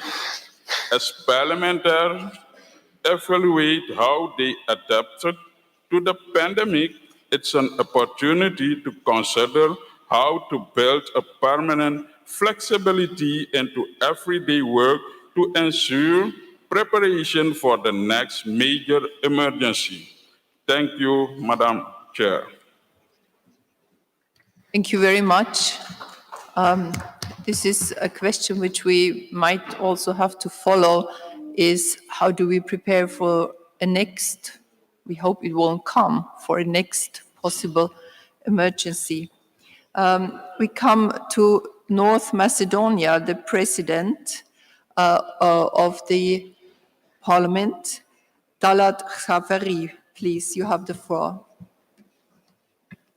Ladies and gentlemen, I would just like to inform you that the interpretation will be consecutive in Macedonian and English language. Thank you very much. Почитани воведничари, почитани колеги, председатели на парламенти, дами и господа. Чест ми е да ве поздравам од име на Собранието на Република Северна Македонија од мое лично име и да го образложам моето гледиште во однос на воведните излагања на почитуваните колеги за итните мерки наметнати од владите и неопходноста од нивното подложување на парламентарно одобрување и редовен преглед. Живееме во навистина воредни услови и секојдневни предизвици кои се разликуваат по своја природа, тежина, неочекуваност и способност за ширење, прелевање и влијание врз начинот на живот и функционирање на помали или поголеми групи на граѓани на светот, или пак имаат огромна разорна моќ врз целиот свет. Тоа што не знаеме, што не очекува во секој иден час, не значи дека не треба да бидеме подготвени да реагираме и да го дадеме соодветниот одговор.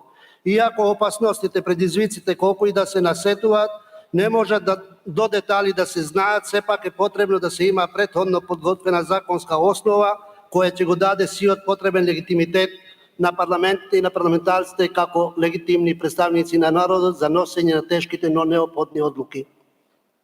Dear speakers, dear fellows, presidents of parliaments, ladies and gentlemen, I'm honored to greet you on behalf of the Assembly of the Republic of North Macedonia and my behalf and to explain my views in terms of the introductory speeches of my esteemed colleagues on the emergency measures imposed by governments and the necessity of their submission to parliamentary approval and regular review.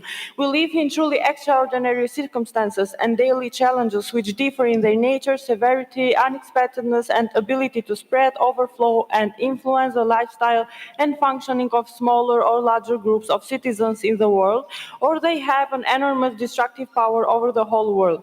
Not knowing what to expect at any given hour does not mean that we should not be prepared to react and respond accordingly. Although the dangers, the challenges, no matter how sensed, cannot be known in detail, so it is still necessary to have a previously prepared legal basis that will provide all the necessary legitimacy to parliaments and parliamentarians as legitimate representatives of the people to make difficult but necessary decisions. Се разбира дека пандемијата со вирусот COVID-19 не ја заобиколи ниту Република Северна Македонија, па и ние се соочивме со истите комплексни предизвици како и сите. Дополнително во 2020 година имавме предвремени парламентарни избори кои беа неопходни за нормалното функционирање на законодавниот дом, па во тој период, согласно Уставот, ингеренциите беа во рацете на председателот на државата за прогласување на воредна состојба или пак владата со усвојување на мерки за кризна состојба со една единствена цел да нема криза во функционирањето на државниот апарат со цел водење сметка за здравјето на нашите граѓани. Сепак, едно мора да ни биде јасно, а тоа е дека тие мерки не се и не смеат да бидат ниту долгорочни, ниту постојани, затоа што тоа би можело да резултира со ограничување на парламентарниот надзор, кој е пак суштински за еден здрав демократски систем. Нам ни е разбирливо ограничувањето на правото за собирање со оглед на протоколите за социјално дистанцирање, но во исто време мораме да бидеме внимателни да не дојде до злоупотреба на воредните овластувања од страна на владите, нели? Надзорната улога на парламентите мора секогаш да се има на ум, за да се запази транспарентноста, инклузивноста, а во исто време почитувањето на демократските принципи со сите права, слободи и обврски кои се есенцијален дел на тие принципи. Of course, the COVID-19 pandemic did not bypass the Republic of North Macedonia either, so we face the same complex challenges as everyone. Furthermore, in 2020, we had early parliamentary elections that were necessary for the normal functioning of the legislature. So in that period, under the Constitution, the competencies were in the hands of the President of the state to declare a state of emergency, or the government, by adopting measures for a crisis situation with a single goal, to avoid crisis in the functioning of the state apparatus in order to take care of the health of our citizens. However, one thing must be clear to us, that these measures are not and must not be long-term or permanent, because they could result in a limitation of parliamentary oversight, which is essential for a healthy democratic system. We understand the restriction of the right to assemble, given the protocols for social distancing, but at the same time, we must be careful to avoid the abuse of the emergency competences given by the governments. Right. The oversight role of parliaments must always be borne in mind in order to preserve transparency, inclusiveness, and at the same time respect of democratic principles with all the rights, freedoms, and obligations which are an essential part of those principles. Почитувани присутни, можеби пандемиската криза можеме да ја гледаме и како можност за воочување на слабостите кои постоеле, меѓутоа не доаѓале до израз. И во иднина да водиме сметка токму тие слаби алки, да ги зајакнеме и продолжиме напред со особен фокус на почитувањето на човековите права и слободи. Така ќе бидеме и посилни, поподготвени за идните предизвици. Ви благодарам на вниманието. Distinguished guests, perhaps we can see the pandemic crisis also as an opportunity for identifying the weaknesses that have existed but did not come to the fore, and in the future to take into account to strengthen those particular weak links and move forward with a particular focus on respect of human rights and freedoms. This way, we will be stronger and more prepared for the future challenges. Thank you for the attention. Thank you very much for your contribution. We follow on to the Speaker of the National Assembly of Angola, Mr. Fernando da Piedra Dias dos Santos.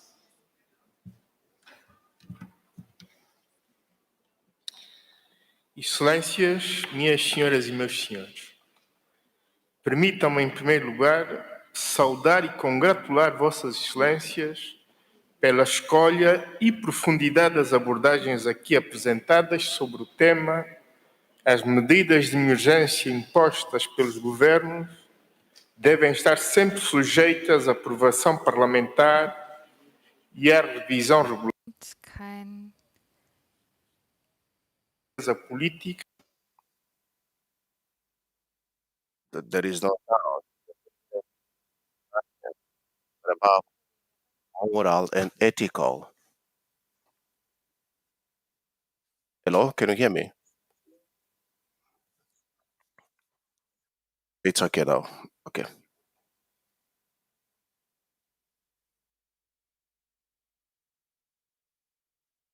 Pode continuar sim, que já temos a interpretação.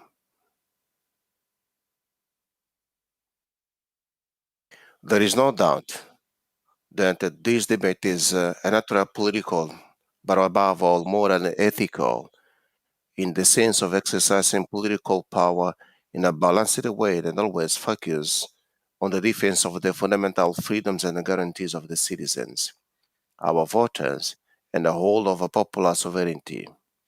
Today, the current pandemic situation and its seriousness and impact, as far as the survival of humanity is concerned, and there is no doubt that this debate has a deep approach. It obliges us more than ever to a common action of global dimension. The occurrence of emergency situation resulting from the global climate change and in particular the COVID-19 pandemic justify with a great equity the adoption of emergency measures by the state. Excellency, as far as Angola is concerned, although the south of the country is cyclically severely affected by the drought, it was the occurrence of the COVID-19 pandemic that for the first time determined that the Parliament had to intervene to authorize the government to declare a state of emergency. In the scope of the measure implemented for the prevention, control, and containment of public health risks to avoid the spread of the pandemic and the serious consequences associated with it, I have the honor to point out that the Constitution of the Republic of Angola establishes the requirement for a prior hearing of the National Assembly for the declaration of the state of emergency. In this particular case, the Angola National Assembly exercised its legislative role, pronouncing itself on the successive extensions of the state of emergency, highlighting the essential measure related to the prevention and control of COVID-19, which were gradually liberalized, such as the restriction on the freedom of movement and mandatory quarantine. Consequently, there was a need to amend the civil protection law to regulate the state actions in a situation of public calamity while respecting the fundamental right of the citizens. As a result of all the measures implemented, we can rejoice that, in terms of human lives, to date, Angola, with an estimated population of 33 million inhabitants, has recorded roughly to 47,000 cases, of which 43,000 have been recovered, 2,960 active, and 1,217 dams. To date, 2,003 and 309 doses of vaccines have been vaccinated.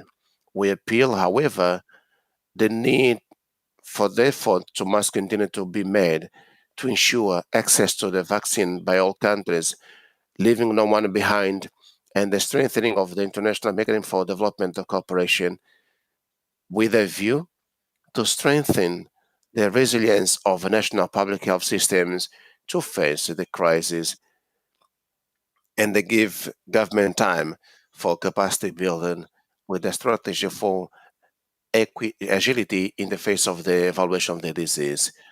Finally, I reiterate our thanks for the warm welcome provided to us by the authorities of this beautiful country. I thank you for your attention. I apologize for overcome the time. Muito obrigado, estamos satisfeitos em saber que está a gostar da Áustria e sobretudo de Viena. Portanto, é sempre bem-vindo. Muito obrigado. Vamos agora ao próximo orador, é o presidente da Assembleia Nacional do Níger. Please, you have the floor.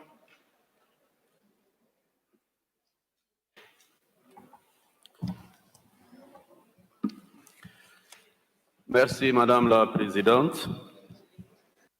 Thank you, Madam Chair. Madam President, colleagues, honourable parliamentarians. I would simply like to recall that urgent measures have been in line with the constitution in Niger. However, over recent years, it has been necessary to declare a state of emergency in our country. We have had to fight terror and to safeguard against the pandemic. In both cases, the government has worked on the basis of the constitution, and it has declared a state of emergency in concerned areas for a period of 3 months. When this period ended, any state of emergency needs to be approved by the National Assembly. So I've mentioned 2 situations. The National Assembly has always unanimously supported bills when necessary to extend state of emergency.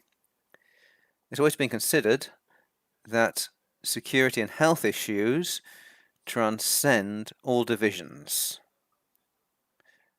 Debates on these 2 issues are always carried out without being excessively politicized.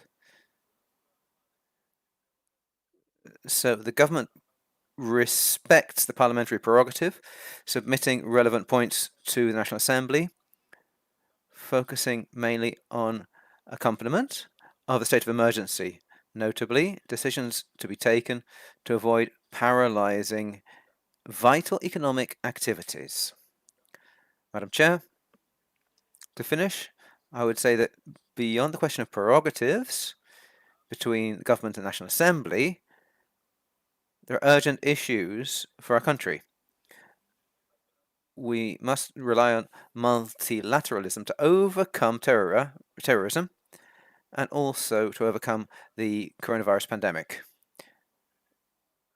Thus, we must take action to ensure that vaccination is universal in all countries. Thank you. Thank you very much. We come now to the next speaker. It's the Deputy Speaker of the House of Commons of the United Kingdom, Madame Dame Eleanor Lane. Please, you have the floor. Thank you very much, Madam Chairman.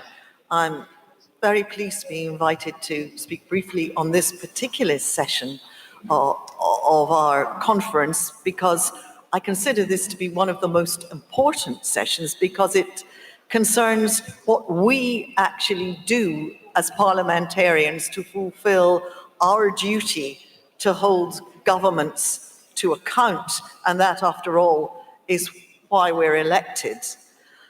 There's always, as many people have said this morning, a delicate balance between the power of the state and the freedom of the people. And effective democracy means governing by the consent of the people.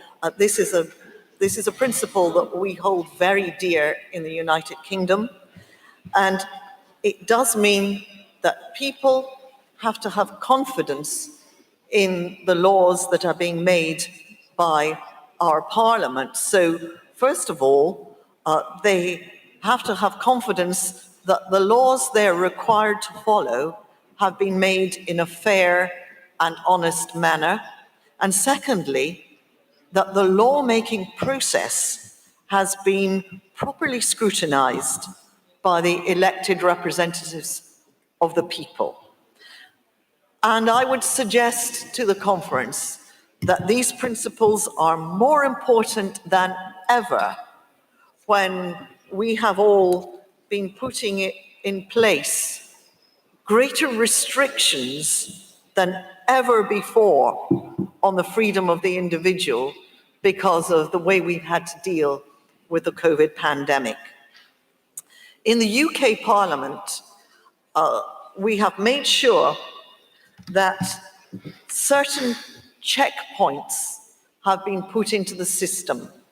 The Coronavirus Act 2020 was passed, and we then insisted that the Secretary of State has to produce a report every 2 months, that the House of Commons has to approve provisions every 6 months, and that a debate must be held regularly.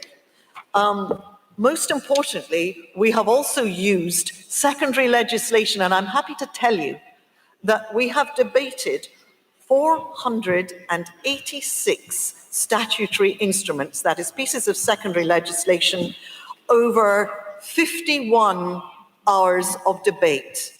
So proper scrutiny has taken place of the wide-ranging provisions. And in conclusion, Madam Chairman, I would say that the use of emergency provisions does indeed reduce the opportunity for parliamentary scrutiny.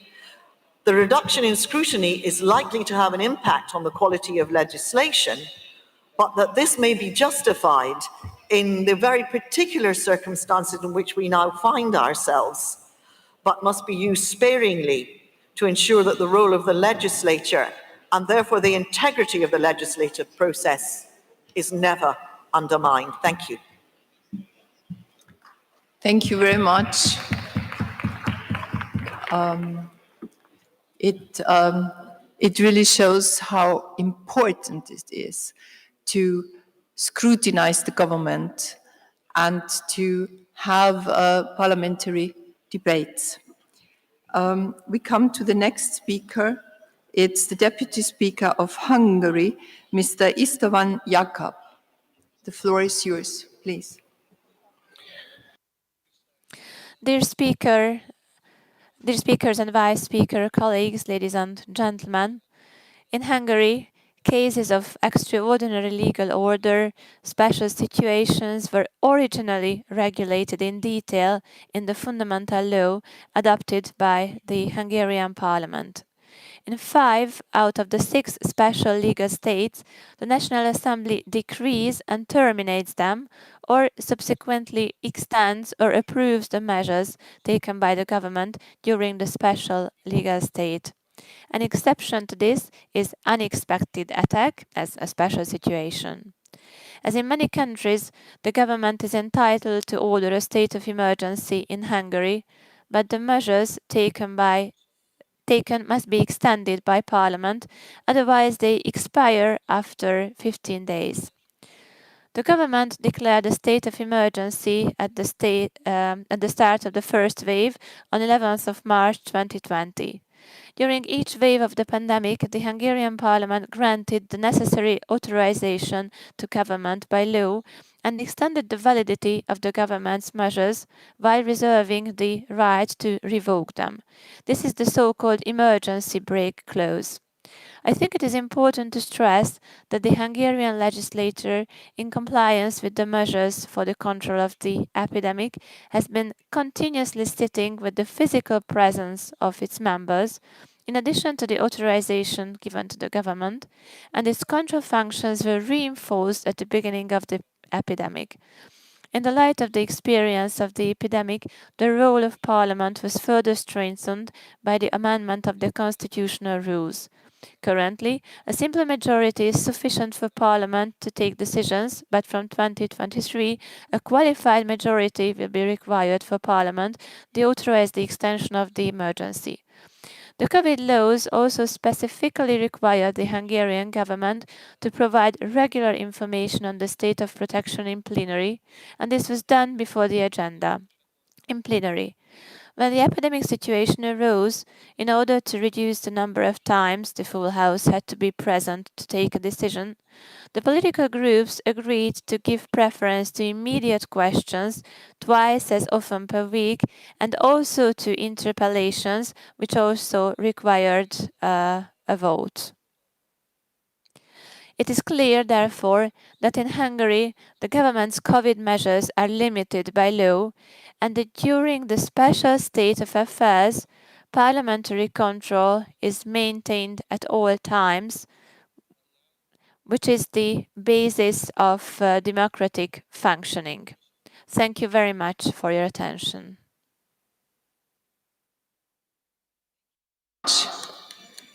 For your contribution, we move on to the first Deputy Speaker of the Parliament of Ghana, Mr. Joseph Osei Owusu. Please, the floor is yours. Thank you. It is a truism to state that the COVID-19 pandemic has come to stay, at least in the foreseeable future. Its impact has been devastating to the global economy, just as it's constrained the space for good governance around the world. The quest for the containment of the pandemic has scaled up the use of emergency powers by a number of governments in the world, giving rise to the widespread abuse of powers. The threat to democracy occasioned by this appears to be more catastrophic than the losses that have been experienced by humanity during the pandemic, as the world risks losing the dividends of democracy should we fail to act in unison and act fast enough. There appears to be a shrinking space of democracy as a result of the search for solutions to the pandemic, and this has been characterized in a number of countries by the excessive use of emergency powers by the executive arms of government, often reflecting in decisions taken without recourse to the legislature, in some cases without due consideration to the concerns of opposition parties, and in most cases, very repressive in their outlook. Such decisions, devoid of public inputs, do not often reflect the preference of the government. Neither do they guarantee the public choices made by them, liable to the scaling down of the standard of living of the people. Human rights abuses are inherent in this, as basic freedoms are denied the people. The use of draconian measures to impose far-reaching restrictions in certain parts of the world, the expansion of the emergency powers of certain governments around the world beyond the reasonable remit of the law, and the suppression of media freedoms to publish anything other than what is politically correct for the perspective of governments, among others, are examples of undemocratic measures taken by certain governments under the guise of fighting the pandemic through the instrumentality of the emergency powers. There is no gainsaying the fact that the emergency powers are essential in dealing with major global challenges, including the COVID-19 pandemic. It is, however, for good reason that the laws of most countries require that emergency measures undertaken by governments are brought to the legislature for the ratification, particularly for extension beyond the minimal terms that the laws often grant governments to exercise. In Ghana, the imposition of restrictions legislation granted the President of the Republic to deal with the pandemic limited any emergency regulations enacted to a maximum period of 3 months in the first instance and to an extended period of only 3 more months when it is absolutely necessary. That way, Parliament retained its control of the regulatory authority of the country. In this day and age, when the Sustainable Development Goals call for inclusive approaches to ensure that development is holistic and participatory, and to ensure sustainability, fighting the pandemic cannot take a different path for improved results. Altogether, the legitimacy granted by the parliamentary approval of the use of emergency powers by governments is complemented by the implicit consent of the public to cooperate with the government in finding a lasting solution to the problem. In the light of the foregoing, it is my considered view that it's always necessary to subject the use of emergency powers by governments to the regular legislative scrutiny and reviews. Thank you very much. Thank you. Thank you, Mr. Speaker. We come to the next speaker from Mali.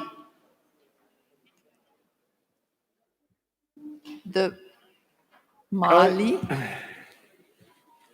Merci beaucoup, Madame la Présidente. Thank you, Madam Chair. Spasiba, хорошо. Thank you for giving me the floor. For the people, with regard to Mali,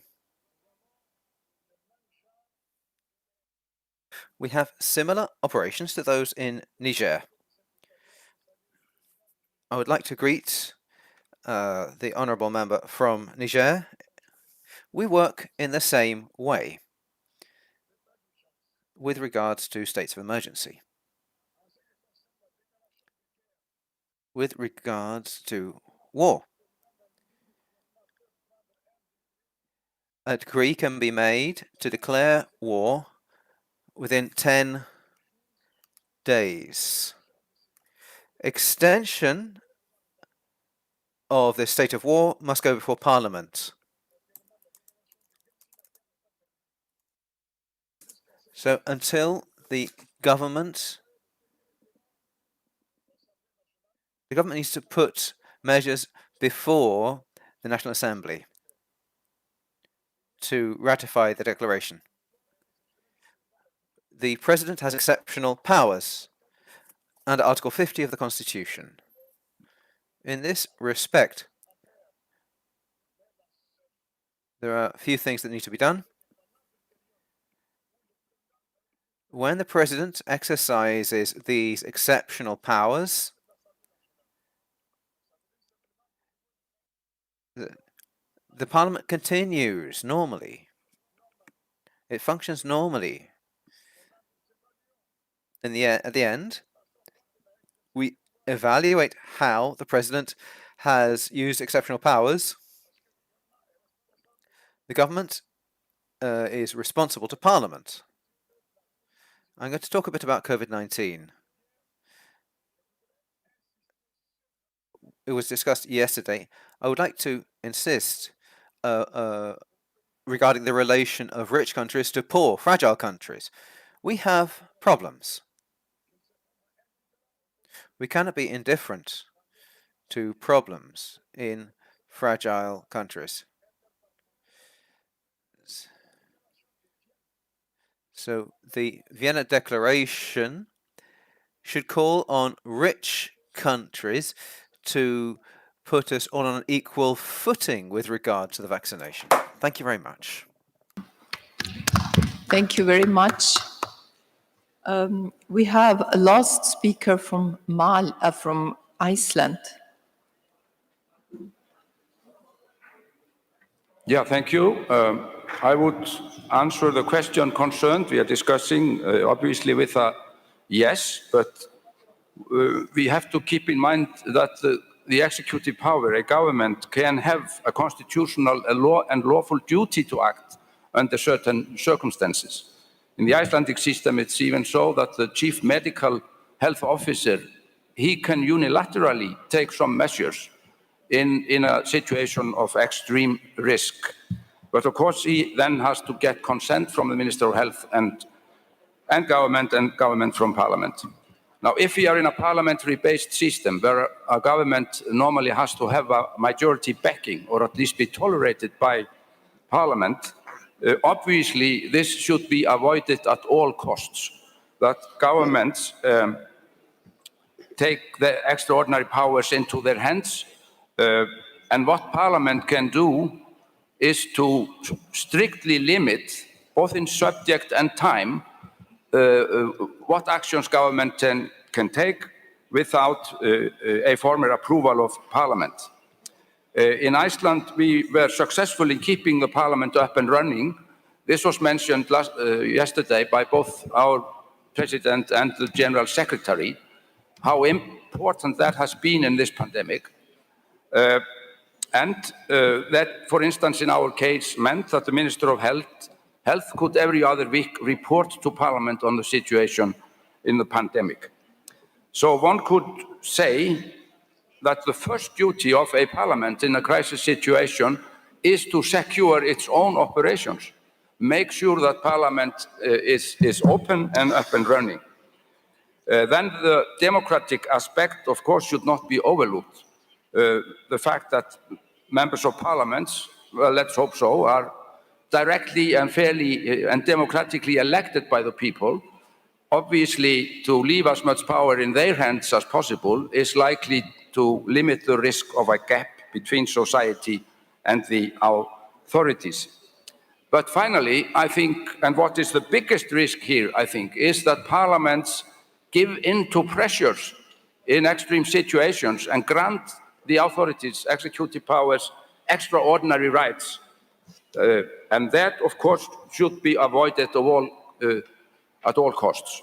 We saw some quite worrying tendencies towards that direction in the beginning of the pandemic. I'm not going to mention names, obviously.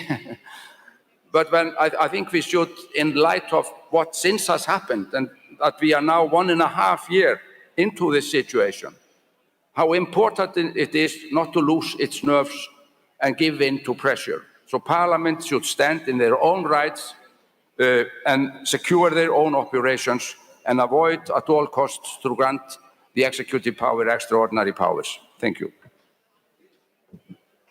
Thank you very much. It raises up a really important question. So how can we manage, how can parliaments manage really to meet and to follow their work?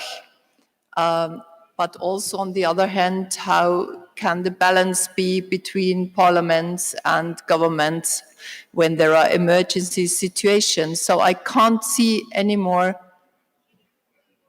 contributions. It also raised the question, I think that this motion is really a very important one, and it was said before. We learned a lot of interesting examples from different countries, and this came up as well, that this is important to have this exchange because there are good ideas among you, so one can learn. And that it is our or it's the parliament's duties to hold governments account and to scrutinize them. And what certainly is needed is transparency. Transparency because the people have to accept the laws. So this is a very important point as well. I think that parliaments have to be prepared for emergency measures. So I think we have certainly had a lesson to learn with the COVID-19 crisis. And I ask you also on the panel, what are your final remarks? And learning about this crisis and the pandemic, parliaments usually are only prepared for war situations in their laws. but not for a crisis we just had, the corona crisis. But there are lots of concerns about the climate change and the difficult situations we face this summer, for example. So how can parliaments prepare also for the unforeseeable? What about blackouts?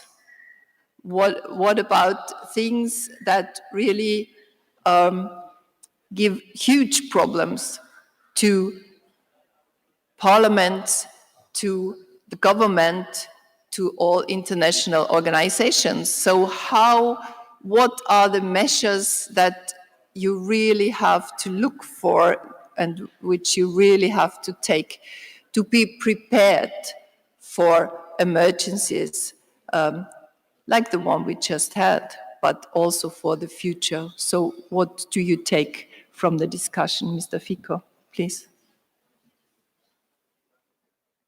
Sì, io credo che nel nostro I believe that in our the principles and fundamental values which allow us and enable us to face these emergencies. Parliaments in this phase have anyways always had and need to have a central role, because this is where the debate takes place. This is where the main orientation and control of legislation takes place. Therefore, we must keep parliaments at the very center of everything. We need to reinforce them, to strengthen them. And we have learned much in this period of time. So now we can face, both at a government and parliamentary level, these emergency situations in a way that is doubtlessly more streamlined, better, and faster. Would you like to comment, have a final remark?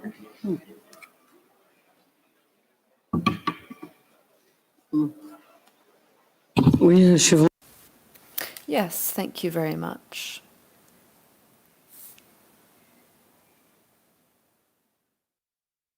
I believe that this checks and balance of parliaments is absolutely essential, particularly in this sort of situation and in situations of crises like this. And this is where we see the element of complementarity. There are crises that require solutions, and that in itself requires a balance of powers between the legislative and the executive branches, because here each institution will ensure and fulfill their roles in order to obtain an effective result. I also ask you for the remark, and the question is, you said it's difficult sometimes to meet, so how can you face that as well? Okay. Bien. Well, first of all, I'd like to thank all my colleagues for their contributions to this debate. And in accordance with all the various different realities we are experiencing in our countries, there is one common denominator.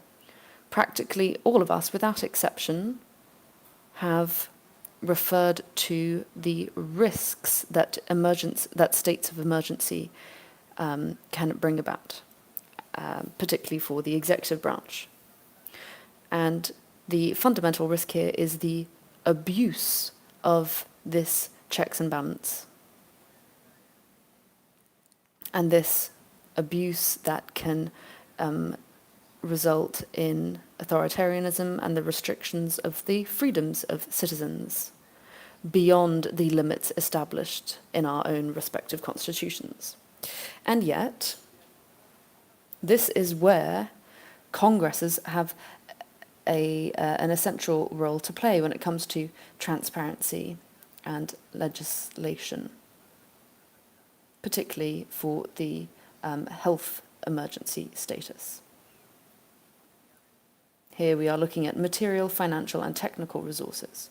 The process of vaccination, for example, in Latin American countries, has been very complex because of the lack of trust that has been generated because a lot of people have been focused on to receive the vaccine first, and this has caused greater disparities within society. Another topic that I would like to thank my Macedonian colleague for mentioning is something that we share here in Latin America. They said that the pandemic stripped bare the weaknesses of our societies. And in Latin American societies, the pandemic stripped bare the tremendous inequalities, social, political, and economic, as well as cultural inequalities that exist in our societies. This is why, dear moderator, I would like to ask a question that many of you asked here. What should we do? What role do congresses play in order to try and fill this gap, bridge the gap rather? Sustainable development, trying to achieve high-quality jobs, ending discrimination that women experience in the work environment. How can we have a better quality of life for people? Parliaments and congresses are able to help define public state policies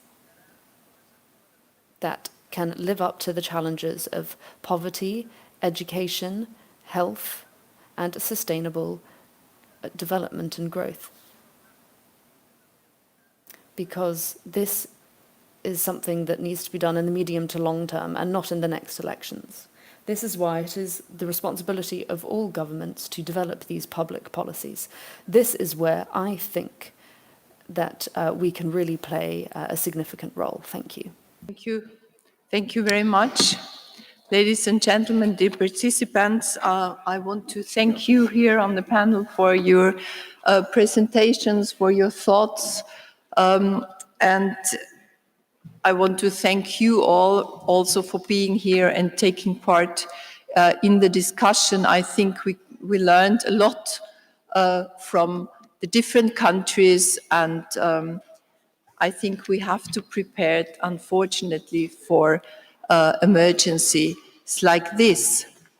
We come to the end of this session. I close this session, and before we break for lunch, I want to I just have a look whether he's here. Yes. Thank you very much. I want to invite now Mr. Durate Bakeo, the President of the IPU, and Ms. Zahara Al-Bassar, President of the IPU Forum of Young Parliamentarians, for the special presentation of the new IPU I Say Yes to Youth in Parliament campaign, a very important campaign. And just one notice for speakers of parliament who will participate in the IAIA luncheon. At the end of the next session at 1 p.m., please go to the meeting point outside the main entrance to the conference center. Assistants will wait there for you outside the entrance and will accompany you to the venue of the luncheon. I tell you, it's not easy to find on your own. It's not possible to find it on your own. So thank you very much. And now we have the presentation. Thank you.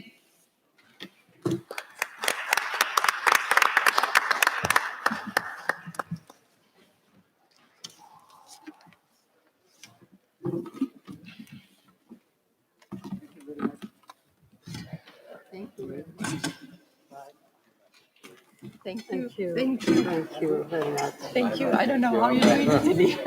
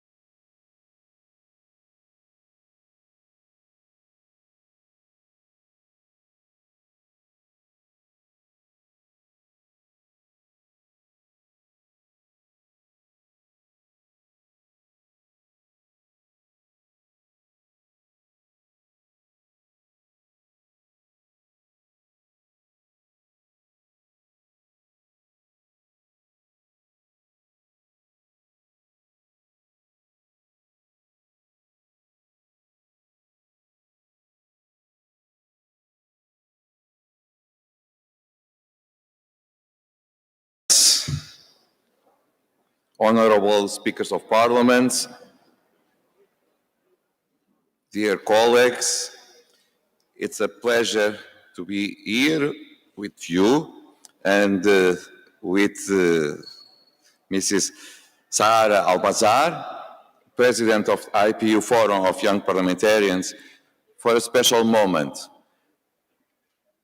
The campaign, the new campaign, I say yes to youth in Parliament. This is important for all of us because, as you know, dear colleagues, the next decade maybe will be one of the most important of the history of humanity.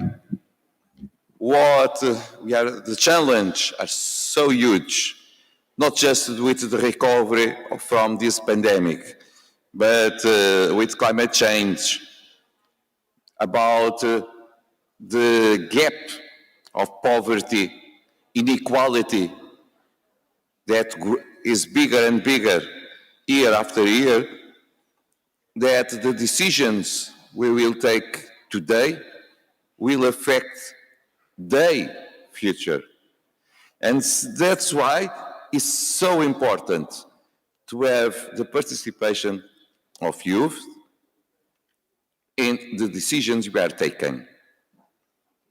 In 2010, we adopted an IPU resolution on youth in democratic process to change this 10 years ago. But a lot of things we should do more and more because it was not enough. It is essential that this participation of young people in politics and also inside our parliaments, because what we are showing is the growth of abstention in many countries. And young people abstain because they are not believing that their ideas, their participation counts. But it counts. But this is in our hands to show that to them. And so, this campaign is about opening up the decision-making table to the voice of youth, because they have different aspirations, different ways to look at reality. And this is what we are here to do. It is about saying yes to young people. This is about saying yes to the young people in politics. We should do it not because of us, because of our children, because of our grandchildren. Thank you so much for everything you are doing now at the presidency of Forum of Young Parliamentarians. And you know, I said to you yesterday, you can count with all bodies of the IPU to achieve the success of your mandate, because the success of your mandate will be the success of IPU as well. The floor is yours. Thank you. Thank you.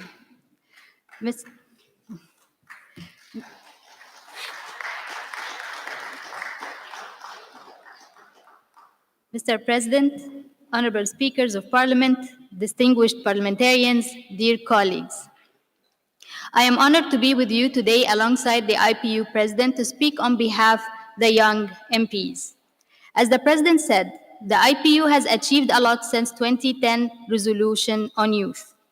10 years ago, there were no statistics on ages of young MPs and how parliaments engage with youth.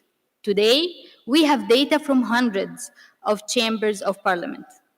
10 years ago, there were no global platforms for young MPs to meet. Today, we have the Forum of Young Parliamentarians, which I'm honored to lead. 10 years ago, there were very little policy guidance on opening up parliaments to youth and training young MPs. Today, we have a comprehensive program to meet these needs. We have laid a robust infrastructure for youth empowerment. We have the data, we have the networks, We have the technical expertise and clear goals. What we still need is the fuel, the political will to bring everything together. And this is what the campaign is all about. And this is why your support as speakers of parliament is so important. As a voice of young people, I can tell you that we want to work with senior politicians to tackle critical problems we all face. We want to stand shoulder to shoulder in addressing common challenges with all generations. But we need more of us to be let in. Time is running. Our future is at stake. I invite you all to say yes to youth in parliaments and be the change that we are calling for. I am pleased to present a short video that will represent our voices and explain more about the campaign. The world is changing. The pandemic, the climate emergency, and new technology present great challenges to politicians everywhere. Political decisions taken today and tomorrow will change the world for centuries to come. Yet right now, these decisions are being made without adequate participation of young parliamentarians. Half of the world's population is under 30, yet they are represented by only 2.6% of the world's elected parliamentarians. لم يكن العمل معا أكثر أهمية من أي وقت مضى. Yet they are missing out the voice and expertise of the younger generations. There is so much talent and energy out there, but too many young men and women feel excluded from politics. To be truly representative and to foster democracy and long-term prosperity, change is needed from inside parliaments. That's why the IPU has launched a new campaign called I Say Yes to Youth in Parliament. Nous demandons à tous les parlementaires de prendre des mesures transformatrices en disant yes to promoting youth quotas. Yes to legislating to align the age of eligibility for parliamentary office with that of voting. Yes to supporting channels for youth perspectives in Parliament. Yes to empowering young parliamentarians already in office. Yes to mentoring young aspirants to political office. And lastly, yes to advocating for the I Say Yes campaign in my parliament, for others to join the movement. By taking action to get more young men and women into parliament, we, MPs of all ages, can leave the ultimate legacy, securing the future of democracy. say yes today. قل نعم اليوم. Say yes today. Take the pledge. Say yes today. Take the pledge. Say yes today. Take the pledge. Say yes today. Take the pledge.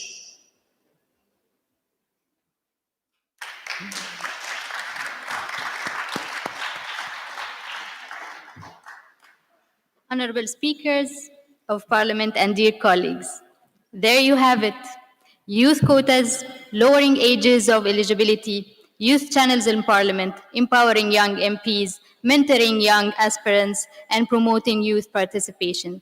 These are the 6 keys that will lead to transformative change that we are seeking. Today, we are calling on you. Take the pledge with us and join our movement. As speakers of Parliament, your leadership can make all the difference, bridging the words of the resolution of 2010 to reality. Thank you. Back to you, Mr. President. Thank you. Thank you, Madam President. Honorable speakers and dear colleagues. This campaign is not just for young people. It's for all of us. Speakers of Parliament, leaders of political parties, MPs, people that can make the difference, that can make influence in our political society. And so, I understand that the first step is this is the most difficult. After it, the things will run. I will invite you, all of you, to join me in this campaign, saying yes to youth in Parliament and signing up this campaign. Outside, we have a booth, just outside this room. It's possible to sign it there. If you have time, please do it. If you don't have time to do it now, later this afternoon. But you can do it also at home. So, please, say yes to youth in Parliament. I saw that our colleague, Speaker of Bahrain, has already did it. Thank you so much, Madam Speaker. So, we will see how may we do it at home, inside in our own countries. May we watch the video, please?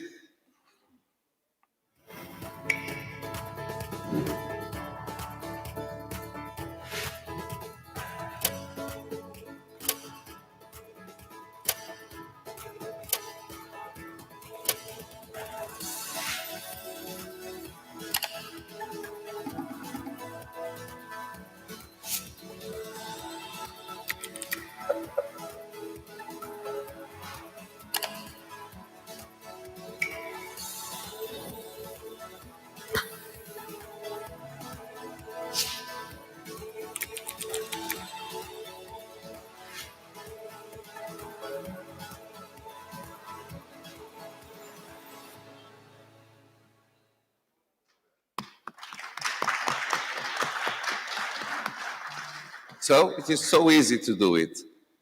But just if we all and many of our colleagues inside our own parliaments do it, we will achieve the success we wish. Please do it, because the future is not for us, the future is for the young people, and so we need to have more participation of young people inside our own parliaments. Say yes to youth in parliaments is essential, not to IPU, but to the society we are here representing. Thank you for coming to this moment, important moment. And now we will have another important moment, the lunch break. Please enjoy, and we come after it to the final moment of the closing section of our meeting. Thank you so much.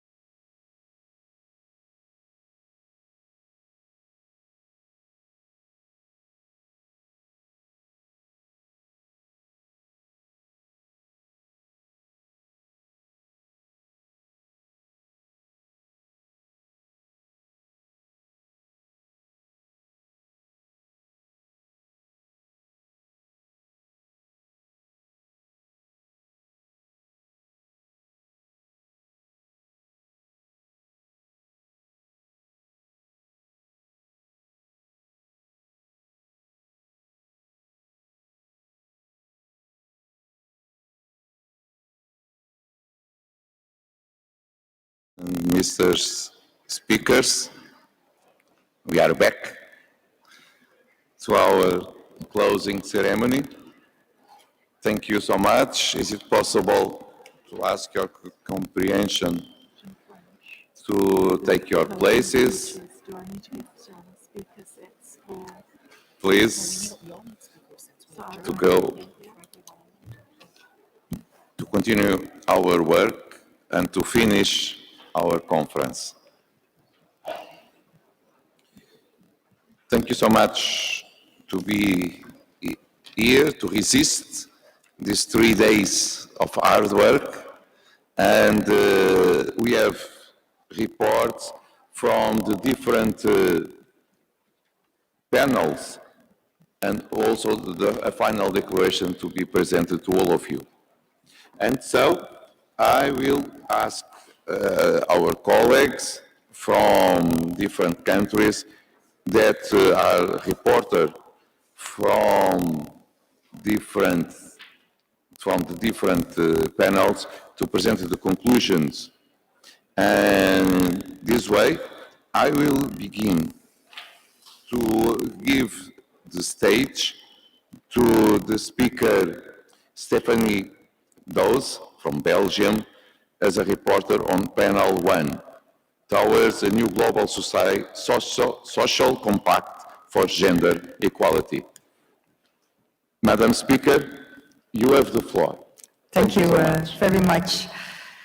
Mr. Speaker of the Austrian National Council, Mr. Speaker of the Austrian Federal Council, Mr. President-elect of the United Nations General Assembly, Mr. President of the IPU, Mr. Secretary General of the IPU, dear Speakers of Parliament, dear guests, ladies and gentlemen.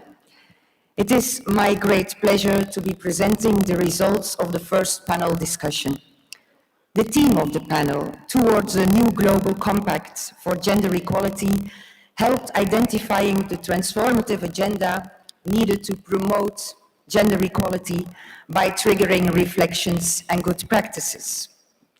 During the event, speakers dove deeper into what gender equality entails. And we looked at 3 aspects of equality, namely legal equality, economic equality, and power equality. Legal equality allowed us to reflect on whether our laws grant women and men equal standing. We looked at what values guide the legal frameworks of the community we live in.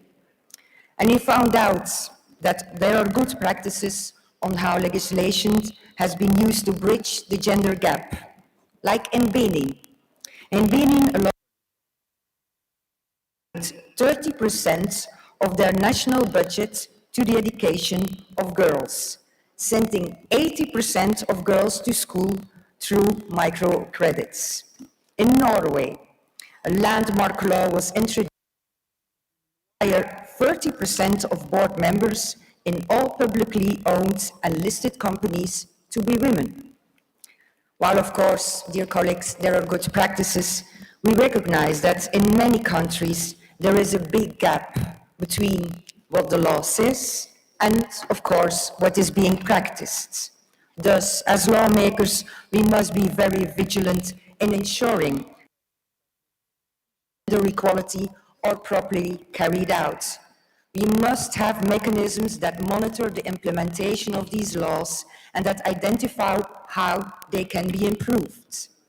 Next, through economic equality, we looked at where the money goes and if the budgetary resources benefit all equally. We asked ourselves what it will take to ensure that women and men have equal access to social protection and equal pay. It is agreed that no country can achieve its full potential without the equal participation of women and men in the economy. In the most recent Women, Business and Law study by the World Bank Gender Group, they found out that only 44 economies have paid parental leave. Paid parental leave and similar policies are linked to more women remaining in the workforce. leave their jobs because of the higher burden of domestic work due to the pandemic, reforms that ensure economic equality of opportunity,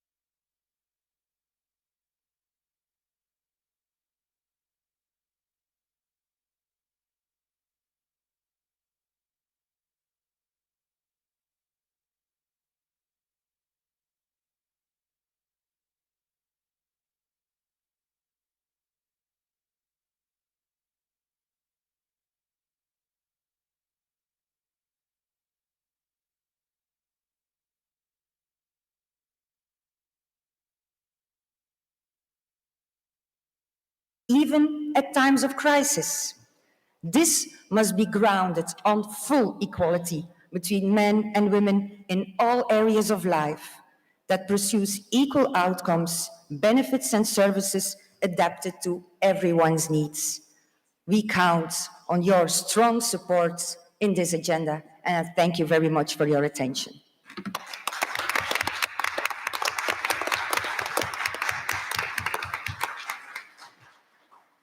Thank you so much, Madam Speaker. Now, from panel 2, mitigating the impact of COVID-19 pandemic on democracy, we'll have the floor our friend, the speaker, Alex Krupschew from Switzerland. Mr. Speaker.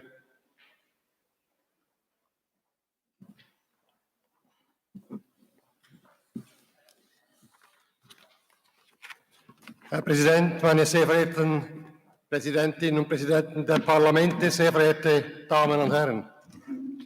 Es ist mir eine Freude, über die gestrige Podiumsdiskussion zu berichten, an der 15 Parlamentarierinnen und Parlamentarier und Präsidentinnen und Präsidenten teilgenommen haben.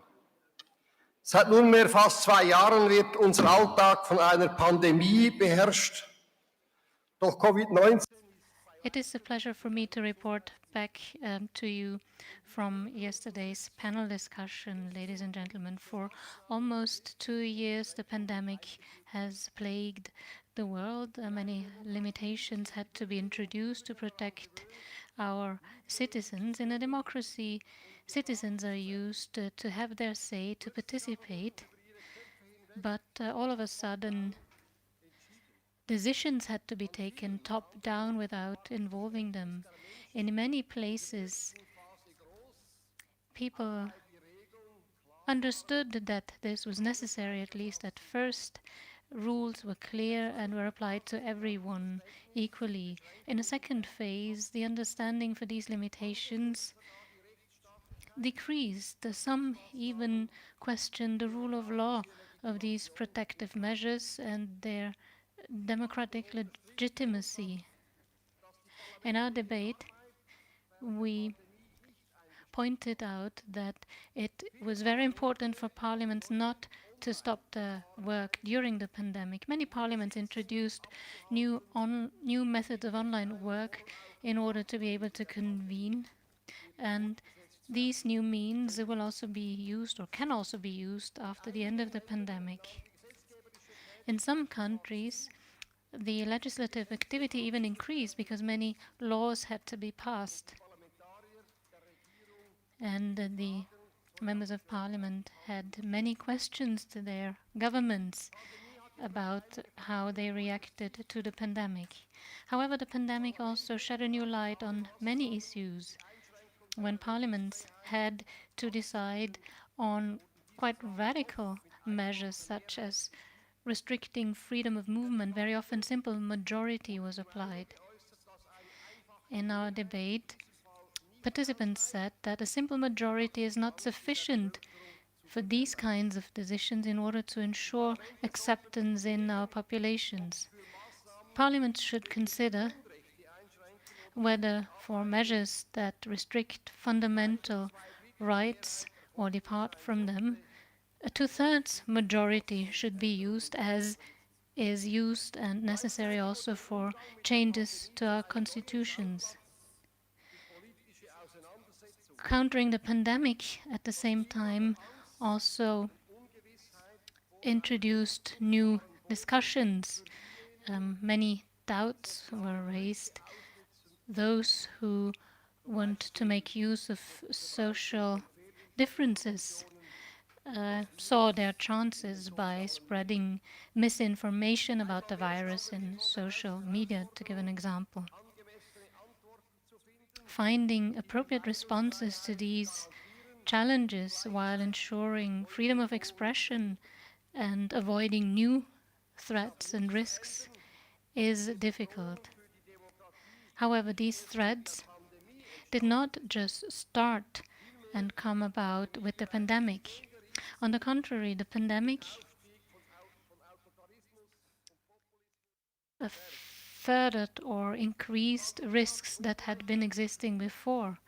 It made inequalities worse. It did not invent them. We have to look for the root causes for the decrease in public confidence. Dear colleagues,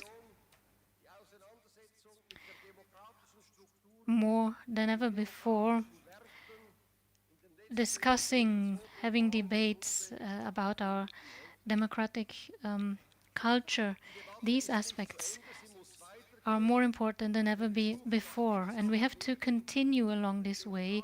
We have to try and find ways to protect our democratic systems also in times of crisis. Thank you for your attention, and please stay healthy. Thank you so much, Mr. Speaker. Now, we will go to the report from panel 3, the post-pandemic recovery, transforming the economy to combat climate change and promote sustainable development. Speaker Esperança Dias from Mozambique. Senhora Presidente, com muito prazer, tem a palavra.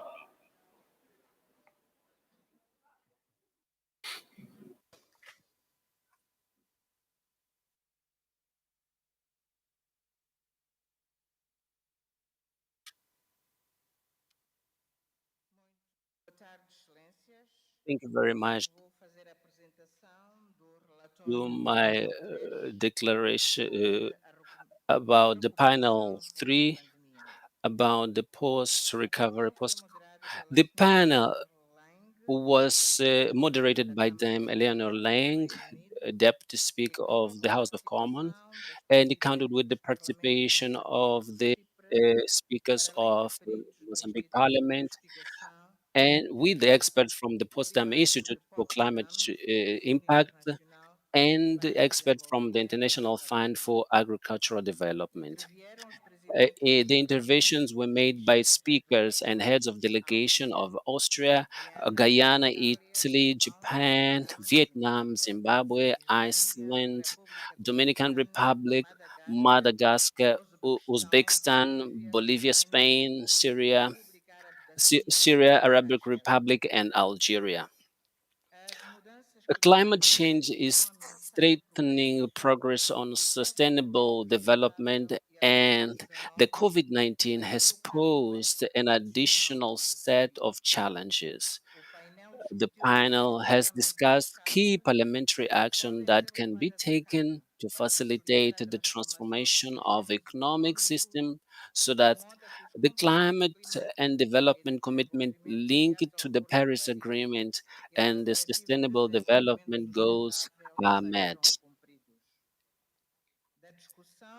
Uh, Following the silent point emerged, we had this discussion. Severe economic setbacks caused by the coronavirus pandemic and the impacts of the climate change are a challenge to sustainable development.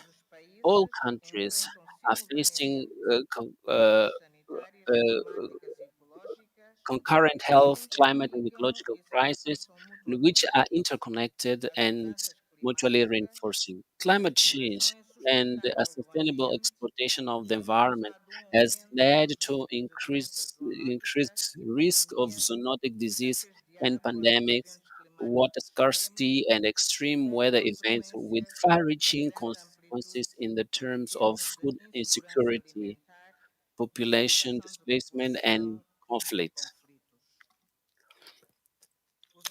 The SDGs, a framework for inclusive and sustainable policy, and should be the base. They should be the basis for COVID recovery strategies, so as to address persisting inequalities and leave no one behind.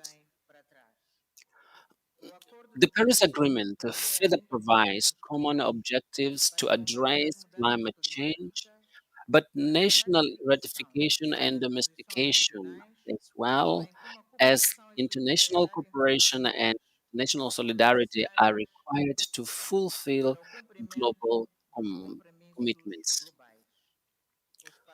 Parliaments have a key role to play in ensuring the SDGs implementation through legislation and oversight, and they can also play a fundamental role in attaining the goals of the Paris Agreement. Dear colleagues, the other issue was raised is that the challenge posed by the COVID-19 pandemic must be transformed in opportunity for thinking strategically and building a more resilient world. Aligning investment for healthy people and healthy planet and transitioning towards a green economy is a stimulus for growth rather than a constraint. The consequences of this triple planetary crisis are not equally distributed, and redistribution of growth is paramount. Particular attention needs to be paid to social inclusion as the consequence of climate change and of the COVID-19 pandemic disproportionately affects vulnerable populations. Inclusion is also supported by economic arguments to expand and diversify markets. Innovation is a key factor for embracing circular economies and transitioning towards low carbon and low neutral societies. This innovation can be promoted through education, investment in young generation, and policies supporting research and application of new technologies. We need to act with nature and adopt technologies based on nature as a way to address climate change and build resilient societies and communities. The knowledge sharing and the multi-stakeholder collaboration can further contribute to building human and institutional capacities. Climate change is the most pressing issue of our times. The clock is ticking, and there is a need to take urgent action to avoid an irreversible crisis.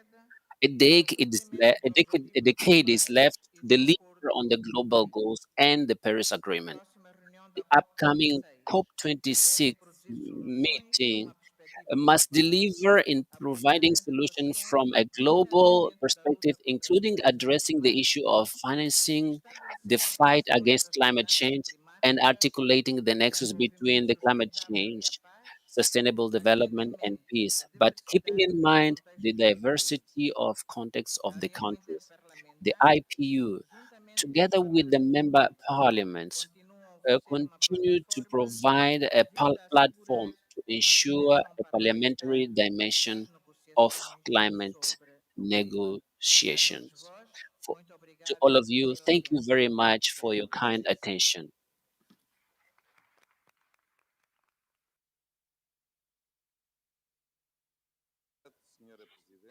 Thank you very much, Honorable Speaker. Panel 4, Parliament's openness, transparency, and accessibility versus security. How to strike a balance. We'll have the floor as a reporter, the speaker, Mrs. Yawa II from Togo. Madam Speaker, you have the floor.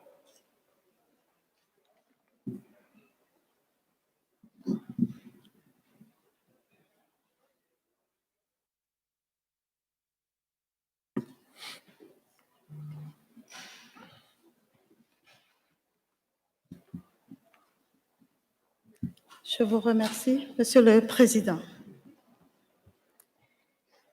Mesdames et Messieurs les présidents du Parlement, Monsieur le Thank you, President of the IPU, colleagues, parliamentarians, ladies and gentlemen.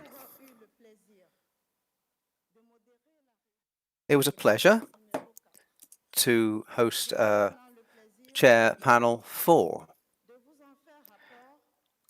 Now, it is a pleasure to speak to you on the occasion of the closing of this conference. The opening debate on transparency of parliaments faced with security issues led to an interesting debate on the basic question. How can we find a good balance? Parliaments and parliamentarians have been trying to have a dialogue with electors, with the electorate, especially even during the pandemic. We've seen to what stage parliaments have had to adapt to the conditions in this health emergency. Rules have been brought in to work in a hybrid format. Ultimately, the pandemic has pushed the accelerator for our institutions and our parliaments. We have become increasingly digital in our way of working. Dialogue with citizens presupposes transparency. The panelists found that transparency is a vital priority, and also links between parliaments and citizens are now being transformed into the digital age. Parliaments must be a model of transparency. Some participants also called for more direct democracy, increased involvement of the population in decision-making in policy terms. They also mentioned the importance of effective laws to allow citizens to have access to information held by the state. However, openness has advantages. Nonetheless, there are disadvantages. Firstly, there is a security risk, institutionally and also in terms of parliaments. To mitigate this risk, particularly in countries hit by terror attacks, we need to strengthen security around parliaments and for parliamentarians themselves. We need to find solutions to bring people, the people, closer to the work of Parliament. So on TV and radio, it's possible to see recordings of parliamentarians to ensure that the public is well aware of the work that's going on and there's a closer link. Balance.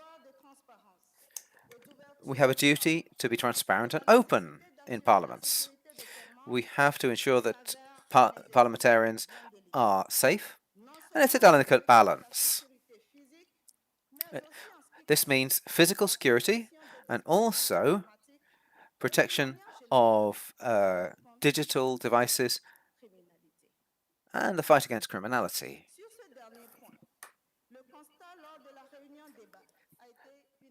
And there was unanimity on the final point. Our institutions are lagging behind cybercriminals. We are all facing the same challenge.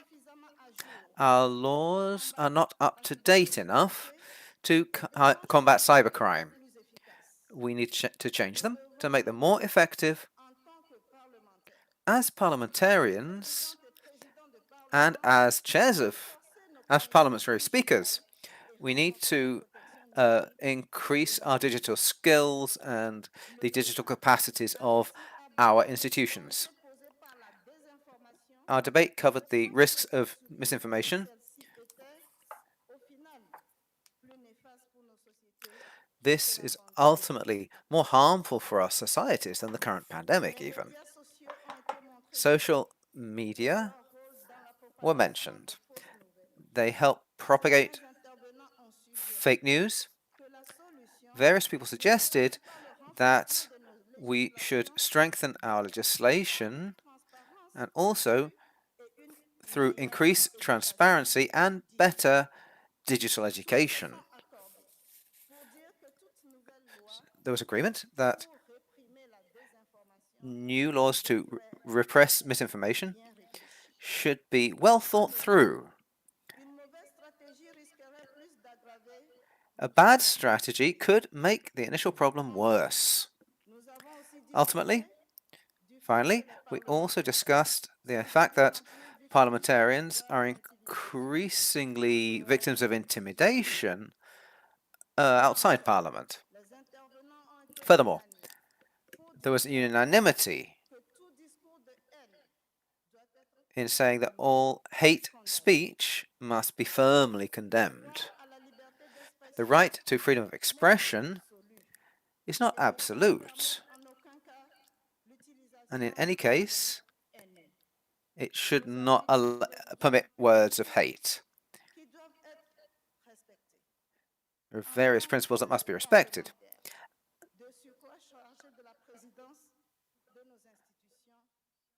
So we must look to, we have a responsibility as speakers of parliaments. We must combat this kind of hate speech and put an end to it.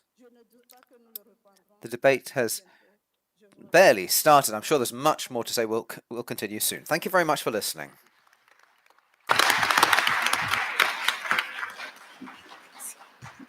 Merci beaucoup, Madame la Présidente. C'est un plaisir. Thank you very much. Thanks for being here. I will give the floor to the IPU Secretary General to make some remarks on parliaments and MPs that are in danger. This is our reality. We have parliaments and a lot of colleagues that are in danger. Please, Mr. Secretary General, you have the floor. Thank you very much, Mr. President. I just want quickly to come back to the issue of parliamentarians whose lives and integrity are being threatened across the world. And I want to focus on the situation in Afghanistan, which has been unfolding in the past several weeks. Reference was made yesterday to the dire situation of Afghans following recent developments in the country, and in particular, the situation of women parliamentarians. Mr. President, when the current crisis started in Afghanistan, you and I sent letters to all the speakers of the world's parliaments, alerting them to the very dire situation in Afghanistan and encouraging them to do whatever was in their power to ensure that humanitarian assistance was extended to the Afghan people, especially the members of parliament and women parliamentarians who were very much at risk. It has come to our attention that many countries have taken action to welcome Afghan refugees following the current crisis in the country. Yesterday, when I was moderating the opening session of this conference, I did refer to a number of countries that we knew had taken on that added burden of accommodating refugees from Afghanistan. My list was not complete. Maybe I was very nervous when I was addressing you yesterday. I did omit a number of countries that have provided important support to Afghan refugees, and I just want to mention those countries here because we would like this to go down in the records of this conference. And I would like to use the opportunity to once again, on behalf of myself and the President, to encourage you all to take action in order to continue to provide humanitarian assistance to the Afghans who are in a very difficult situation. So the countries that we know at this particular stage have been providing such support are Albania, Brazil, Canada, Chile, Costa Rica, Ecuador, France, Germany, India, Iran, Mexico, Pakistan, Qatar, Turkey, Uganda, United Kingdom, United States of America, Uruguay, and Uzbekistan. We do know that there are many others that have not been brought to our attention. And if there are any people in this room whose countries have been providing assistance to the Afghan refugees, they should raise their nameplates and we will take note of their... So, yes, we have Bahrain. We have Bahrain in the list. Bahrain. Oh, sorry, Bahrain is not on the list. We didn't include Bahrain. They're on the list. Who else? Iceland?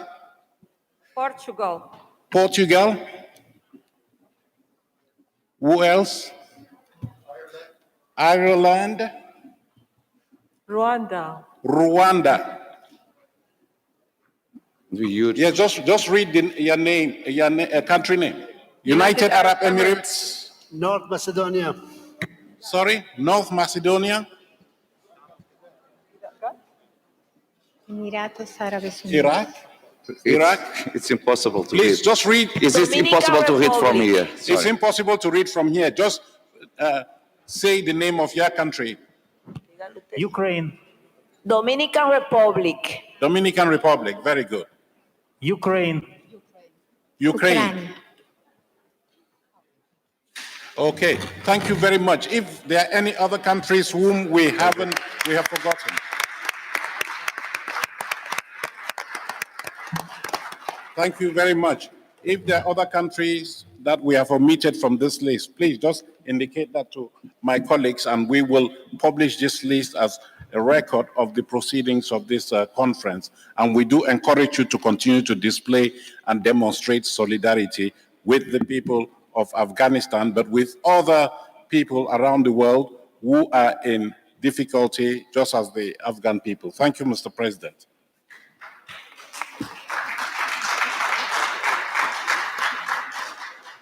Thank you, Mr. Secretary General. And I urge also not just this idea to be as a principle, but with a concrete action. Our colleagues that came to Vienna needs to understand what will be their future right now.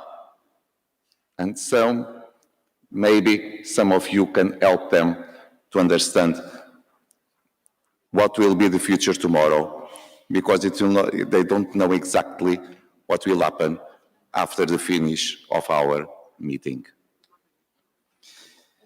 And now I will give the floor to the reporter from panel 5 that talks about Parliament and global governance, the unfinished agenda, never finished, yes. The speaker from Ireland, our friend Jean O'Fargill. Mr. Speaker. Mr. President, that name always causes problems, I have to say. I'm very honoured, distinguished members, to be here representing Andreas Norlin, who presided over the 5th session, which was entitled Parliaments and Global Governance, the Unfinished Agenda. And I'm also conscious in doing this that while I'm short of stature, I'm also short in my synopsis. The session was moderated, as I said, by the Speaker of Sweden, and there were 4 panelists who provided their perspectives on the important issues.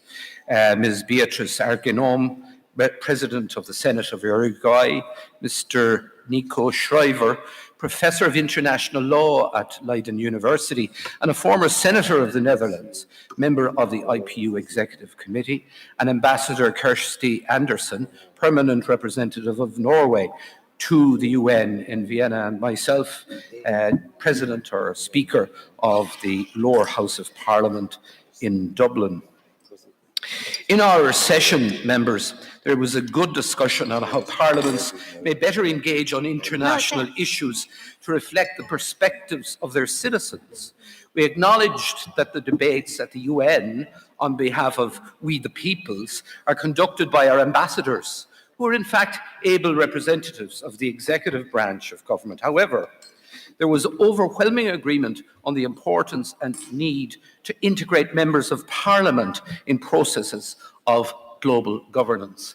And having heard reference quite rightly made to Afghanistan, it was particularly poignant that that session heard a submission from the government in exile, or the parliament in exile, of Myanmar. And we took the opportunity to extend our very, very best wishes to that parliament in exile, to the people of Myanmar, and indeed to the Rohingya people, that they may move rapidly towards a solution to what has been a very difficult problem. Global problems, as we know, require global solutions, and we heard much support for greater cooperation and coordination on international universal problems, such as this pandemic, the climate crisis, and how to ensure we deliver on the Sustainable Development Goals.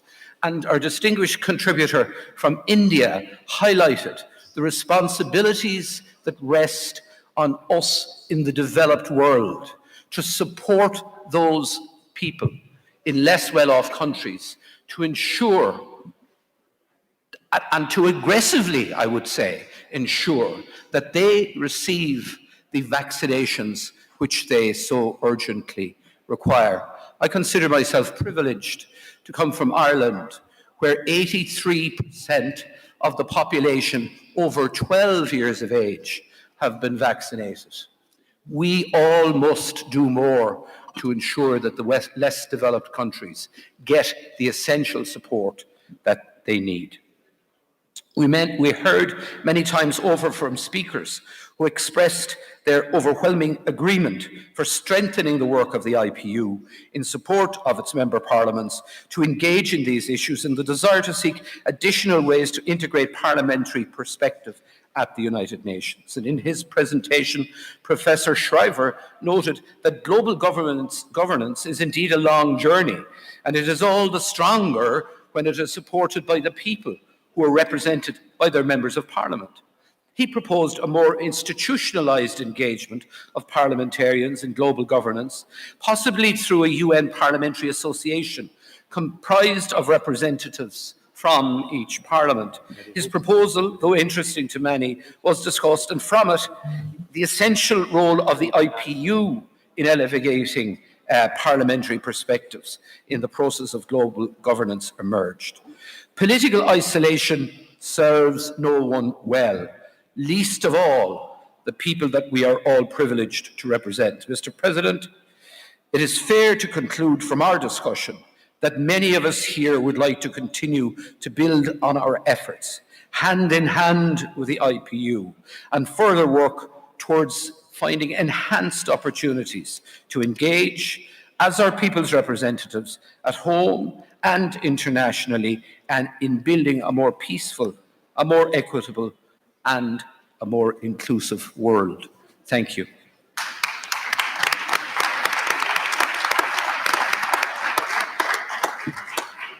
Thank you so much, Mr. Speaker. We need to work because our work never will finish. Now, we will go to the declaration, final declaration of our meeting, of this conference. And so I will invite, representing the members of the PrepCom, I will invite Speaker Beatriz Argimon from Uruguay to present our final declaration. Gracias, señor presidente. Queridos presidentes.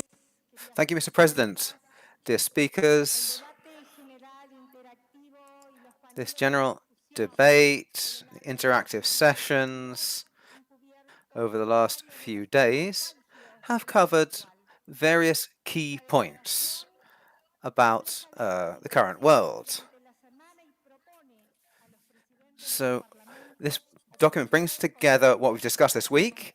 It suggests concrete ways to show real leadership, strengthening multilateralism, promoting peace and security, reinvigorating sustainable development. This was written taking into account the inputs from the preparatory committee, and over the last 6 months it's been meeting regularly, remotely. So the membership was able to offer comments. There were 12 suggestions from members for changes and no more, which made us think that we can now see this as a consensus document that can be adopted today. So it was inevitable that it should take this form. Various crises at the same time, including COVID-19 and the climate crisis, have shaped this.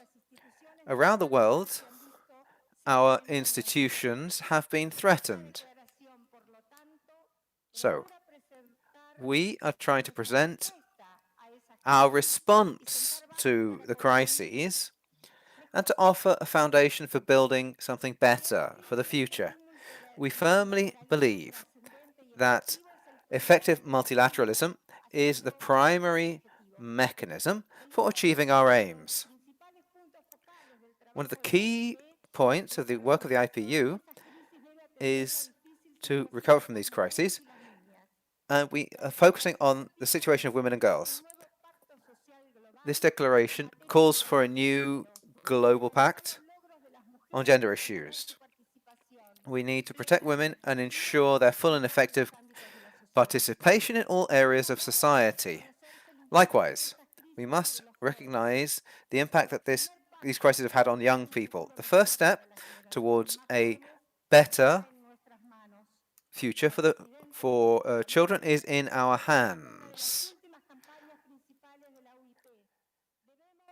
So thus, we must say yes to participation of youth in Parliament. In the declaration, we recognize that we must protect established norms of peace, development, democracy, human rights, and the rule of law. We must kickstart our quest to achieve the Sustainable Development Goals by 2030, primarily by pursuing an inclusive and fair economic recovery from the COVID-19 pandemic. We acknowledge that no one will be safe from COVID-19 until everyone is safe, and reiterate our support for global collaboration on health matters overseen by the World Health Organization to ensure that we are far better prepared in the event of another pandemic. To that end, we support work done by the WHO towards the establishment of a global health charter guaranteeing health security for the whole population of the world. We reiterate our support for a fair, open, inclusive, transparent, and non-discriminatory rules-based multilateral trading system with the World Trade Organization at its core. The digital economy will be a key component of the economic recovery, and we must take steps to address the digital gap and develop core digital infrastructure. We remain convinced of the compelling need to tackle the climate emergency and express our strong support for an ambitious and collaborative outcome from COP26 in Glasgow later this year. We stress the need for preventive strategies to mitigate climate risks and enhance resilience, especially for the most vulnerable and marginalized populations. We encourage our governments to take people-centered measures to restore the public trust that has been eroded during the pandemic. We acknowledge that after successive crises, our democracies are in dire need of rejuvenation. We encourage parliaments to continue to innovate and expand the use of digital technologies in their work. More generally, we call on the global community to come together and establish a multilateral framework to regulate the use of digital technologies. And we reaffirm the key role of multilateralism with the UN at its core and the IPU as the mechanism to bring parliaments and parliamentarians together on major international global processes and commitments.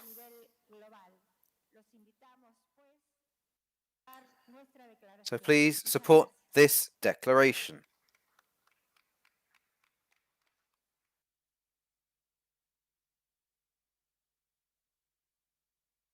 Thank you. President Argimon, dear colleagues, this declaration was prepared for a long time with the members of the PrepCom, prepared by the Secretariat, that absorb the ideas of the members of the PrepCom. Then it was shared to all of you to receive possible amendments.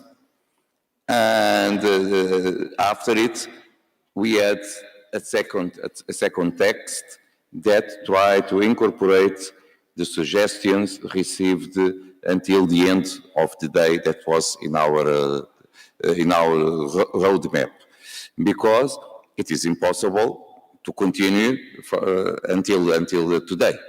And this is the procedure that the PrepCom decided have to prepare this text. I believe that is a strong one. Will not be the text that a country A, B, or C will do if there is only their own personal position, of course, because we try to build a text that will have the consensus that more than 100 delegations that are inside our home. Maybe if there is a text written just by the Portuguese delegation, will not be that one. As I imagine that it may happen with all of you. But if we try to get a consensus, we need to understand that position. But it's a strong one. And now I will give the floor to the Secretary General to complete what I try to explain, the way we do it before we adopt it. Thank you very much, Mr. President. I think you've said it all. This has been a very inclusive approach to preparing a high-level declaration with which we do believe the vast majority of parliaments in the world identify today. It does, as the rapporteur said when she presented a report, that it does reflect the global issues that are on the agenda, the parliamentary agenda. It does respect the resolve that you want to take with you in order to implement parliamentary action in order to help address the issues that you have identified. Mr. President, distinguished members, normally this declaration is adopted by consensus, which means that we all give it our backing. But of course, we do all understand the challenges we face in order to aggregate the diverse interests of all of you and to get a text that has 100% backing from you. What I do understand is that currently there is no objection to the declaration that is before you. A number of countries have come and expressed reservations regarding some wording or notions or concepts that are contained in the declaration. And because you are a democratic institution, you are duty-bound to take note of these reservations without it diluting the value of the declaration that is before you. Just for the record of this conference, I would like to indicate that we have received reservations from the delegation of Turkey in respect of paragraph 4 on gender equality and paragraph 12 in respect of climate change. Turkey explains that they agree generally with the resolution, but they have a slightly different interpretation of what we mean by gender equality. In their view, gender equality is interpreted as equal opportunity between women and men, and they would have seen that type of language reflected in the resolution, in the declaration. They also mention in respect of paragraph 12 that when it comes to climate change, there is not yet a consensus on what how climate change impacts on the instability in the world that we know today, and whether we believe that only climate change is responsible for the instability and conflict that the world knows today. So this is well taken note of by Turkey. They have given an extensive explanation of their reservations. Then we have a number of countries that have expressed reservations regarding certain concepts that are in the declaration. One with regard to people-centered measures in paragraph 13 and global community with a shared future for humankind, paragraph 17. These are concepts that were discussed at length in the preparatory committee, and the preparatory committee accepted to include them in the draft resolution. But once again, you are duty-bound to take note of the reservations expressed by the delegations of Belgium, Denmark, France, Germany, Hungary, Iceland, Norway, Sweden, and Switzerland. So this will be properly noted in the records of the conference and also in the draft declaration. Lastly, Mr. President, we have a specific situation of a country whose speakers have not participated in the process of preparing this declaration, and that is the Netherlands. The speakers of both houses have indicated that according to their constitutional setup, they are not allowed to participate in deliberations that have a political connotation, as is the case with this declaration. They have not objected to it, but they have simply said that they are not participating in the deliberations on the draft declaration. This is taken note of and will be reflected in the records of the conference. Mr. President, that is all we have in respect of feedback regarding the declaration. You may now, if I do understand that you have the vast majority of parliaments present, all delegations here that back this declaration, Mr. President, you may now wish to call on your colleagues to formally adopt this declaration as the outcome of your conference, with the understanding that they are committed to going back home to actually implement action that will give life to this declaration. Thank you very much. Thank you, Mr. Secretary General. I believe that is a strong declaration. It represents the results of our intensive work, and not ours, your intensive work, may I say. And so I will ask with that reservation that will not affect the essential of the declaration, but small aspects of the text. I will ask if we can adopt the declaration by applause.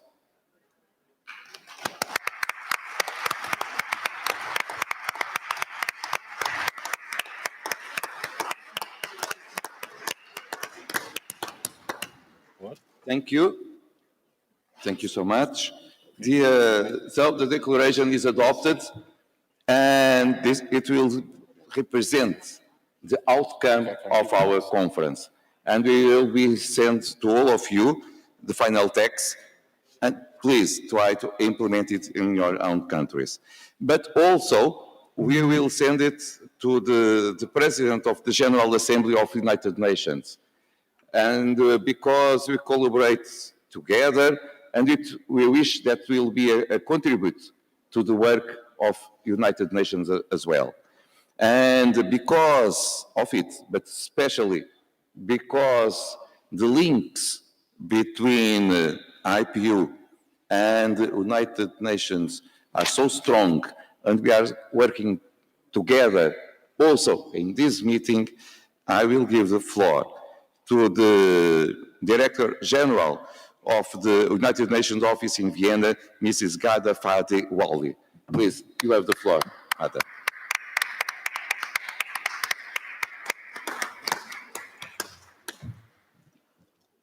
Thank you, Mr. President. Distinguished speakers and members of Parliament, ladies and gentlemen, congratulations to IPU, to the Austrian Parliament, and to all of you on a successful conference. The Fifth World Conference has brought together parliamentarians from around the world at a pivotal moment to share the hard lessons learned in the COVID-19 crisis, to overcome the continued challenges posed by the pandemic, and to chart a collective and inclusive way forward in the recovery at a time people are divided, the planet is fragile, and peace is elusive. I welcome the commitments contained in the high-level declaration adopted just now, and I commend you for amplifying the voices, aspirations, and concerns of the people you represent and serve. I also thank you for bringing a sobering voice from Afghanistan. The UN office at Vienna and the UN Office on Drugs and Crime are proud to support you and to be your partner in your endeavors. I had the honor of addressing the opening of the 13th Summit of Women Speakers on Monday. I experienced the refreshing energy and determination that women parliamentarians are bringing to the table and witnessed the firm commitment of the IPU to ensuring the full contributions of women and men to parliamentary work everywhere.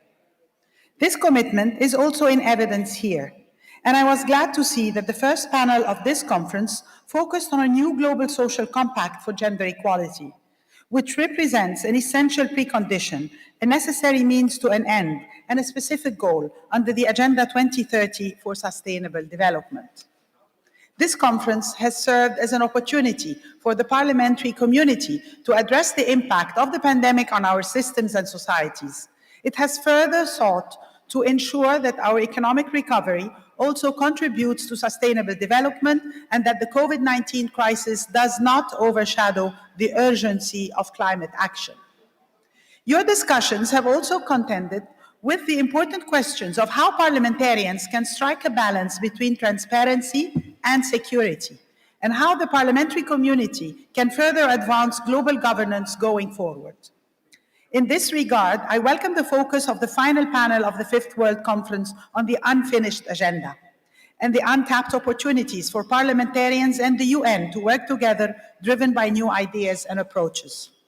I value the close partnership between UNODC and the IPU, And I strongly believe UNODC has more to offer parliamentarians and their regional networks to support action to address the challenges identified by this conference and the commitments outlined in the high-level declaration. Together with the IPU and the UN Office of Counter-Terrorism, we are developing model legislative provisions to better support victims of terrorism. I commend the IPU for their focus on this area, and I'm proud to co-organize the first ever Global Parliamentary Summit on Terrorism. I'm looking forward to the opening of this important meeting tomorrow. UNODC is a leading provider of technical and legislative assistance to prevent and combat terrorism, with a focus on criminal justice responses. Since 2002, UNODC has trained over 32,000 criminal justice officials and supported the drafting, revision, and adoption of 189 pieces of counter-terrorism legislation. Our counter-terrorism expertise is connected with our uniquely integrated mandates on drugs, transnational organized crime, and corruption. Our role as guardian of key international treaties addressing these challenges, and our support for the UN standards and norms on crime prevention and criminal support and criminal justice. Now the COVID crisis and economic fallout have increased vulnerabilities and intensified the threats posed by drugs, crime, corruption, and terrorism. Last year, there were up to 124 million new poor, which represents the first rise in extreme poverty in a generation. Without school, job prospects, or social protection, many millions more women, children, and men have been left more vulnerable and more exposed to violence, abuse, exploitation, human trafficking, migrant smuggling, and other crimes. To strengthen prevention and protection, provide opportunity, and empower people, in particular women and youth, we need parliaments to pass national legislation in line with international commitments and enabling international cooperation. We need effective implementation and enforcement to ensure that the laws on the books result in successful action on the ground. And we need parliaments to engage with civil society as well as promote accountability and address corruption, including by harnessing digital technologies and working towards closing the digital divide. To support these efforts, UNODC and IPU are formally exploring a new and comprehensive collaboration framework to provide integrated normative assistance across a broad range of rule of law challenges, including by raising the awareness of parliamentarians and by helping to identify gaps, develop legislation, and promote international and regional cooperation. We are also discussing expanded collaboration with regional parliamentary assemblies with the same goals in mind. Honorable speakers, ladies and gentlemen, for myself, this week with you has been a welcome and invigorating opportunity to see multilateralism in action and in person after months of living in the virtual mode of work. The week has also served as welcome evidence that the parliamentary community is thriving despite the many restrictions and challenges over the past month that have sought to hinder your cooperation, and that all of you remain faithful and engage in a greater global solidarity for peace and sustainable development for people and for planet. UNODC is pleased to join you and support you. Thank you. Congratulations once again on a successful World Conference, and see you tomorrow at the First Global Parliamentary Summit on Terrorism. Thank you, Mr. President.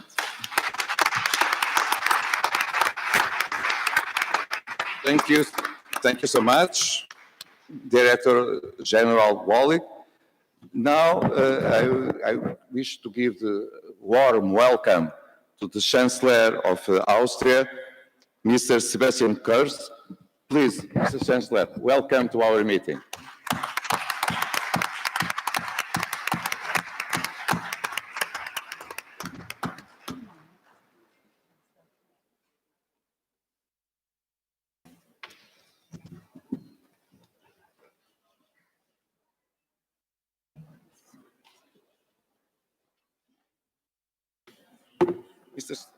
I will give the floor directly to the Chancellor. Chancellor Kurz, please, you have the floor.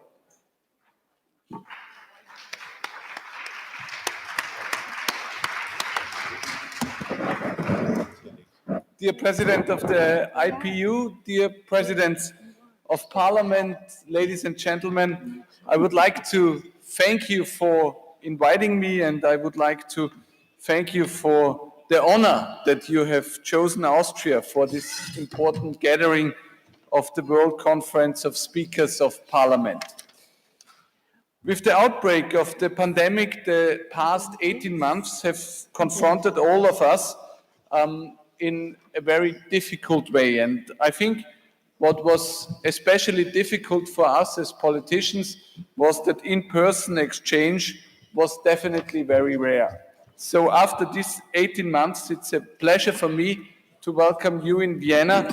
And I think that we all agree that digital diplomacy is helpful, yes, but it can never replace physical meetings. And so thank you very much for taking time to Vienna. It's an honor that you are here. The COVID-19 pandemic has also underlined once again the value of international cooperation and solidarity. Global challenges require global responses, as no country alone would be able to face them on its own. The response to the COVID-19 pandemic is the vaccination, and we are in the lucky position now to have several effective vaccines available that were developed in record time. At the same time, we are fully aware of the inequality in access to vaccines worldwide. And as no one is safe before everyone is safe, it is an important priority for Austria and the EU to donate vaccines to other regions in the world where the needs are biggest. We also need to successfully manage the economic recovery together. During the pandemic, 120 million people fell into extreme poverty and more than 250 million jobs were temporarily lost. We need to work together to reverse this trend and to create growth for all countries and regions again. And at the same time, we need to be ambitious when taking measures to fight the climate change. We have only one planet, and we need to ensure that we protect it also for the children and grandchildren.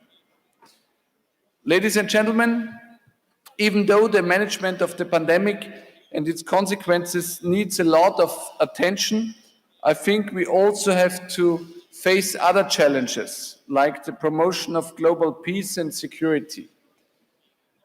In this regard, I'm especially worried about the situation in Afghanistan, and I hope that we can work all together to support people in need in Afghanistan and also in the region. Ladies and gentlemen, let me conclude by thanking you for the privilege to have you here in Vienna. I also would like to thank our President of the Parliament, Wolfgang Sobotka, for hosting this event here or co-hosting this event here in Vienna. And I would like to invite you to a reception after your meeting here in this building at the 3rd floor. And I hope that we will have the chance to have some private talks and discussions as well. Thank you very much for taking time to come to Vienna.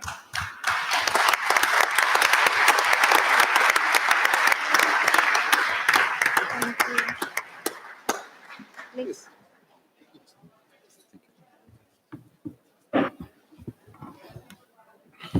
Dear colleagues, we are coming very quickly to the end of our session, and after this impressive statement by the Chancellor Kurz, we will give the floor to the Speaker, Peter Heike, President of Austrian Federal Council.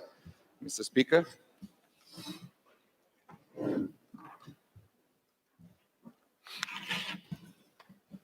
Sehr geehrter Herr Präsident Pacheco. President Pacheco, Speakers, Secretary General Chungong, Federal Chancellor Kurz, ladies and gentlemen. I hope you have been able to live and use these past days as positively as I did. I am excited about this conference. Let me say this as a first remark. having the opportunity to taking into consideration both local and global issues and resuming our multilateral parliamentary relationships. This is something we managed to do these past days, and I would like to thank you all for coming here to Vienna and participating in this conference. For many of you, this meant traveling here from far in order to be able to meet face to face once again. I think all of us have missed these opportunities. The bilateral meetings we had in the margins of this conference have been a great pleasure for me, and I hope also for you.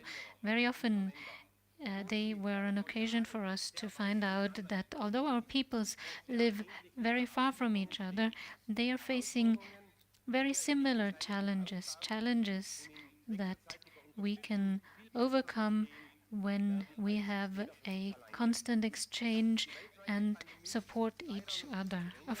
Unfortunately, the global pandemic is not over yet. We need some further efforts to tackle the impacts of the virus all over the world. The intensive debates for the benefit of our regions, of our countries, of our populations, in the interest of peace and sustainable development in these past days have shown the first visible results in the form of our interactive exchange during this conference, in the form of many bilateral and multilateral meetings, and of course by way of the declaration that was adopted moments ago.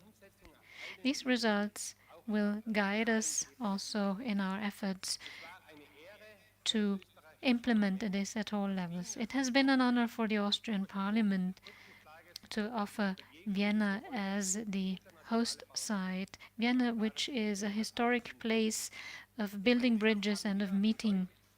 And together we have been able to give a very clear signs for effective multilateralism and strong inter-parliamentary dialogue. Dear colleagues, I hope you had a very pleasant stay here in Vienna, and I wish you a safe journey back home and would be most delighted to welcome you here again in Vienna or meet you in your respective countries. Thank you.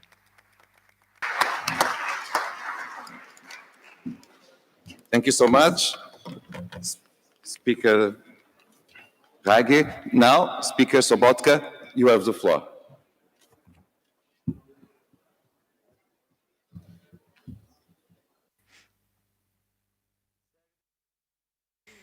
Colleagues, parliamentarians, President Pacheco,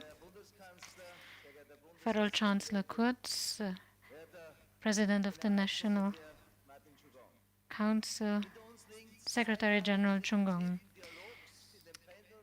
We have spent 2 days of very intensive dialogue in our general debate, in the panels, and in many bilateral talks, which are very important in these times.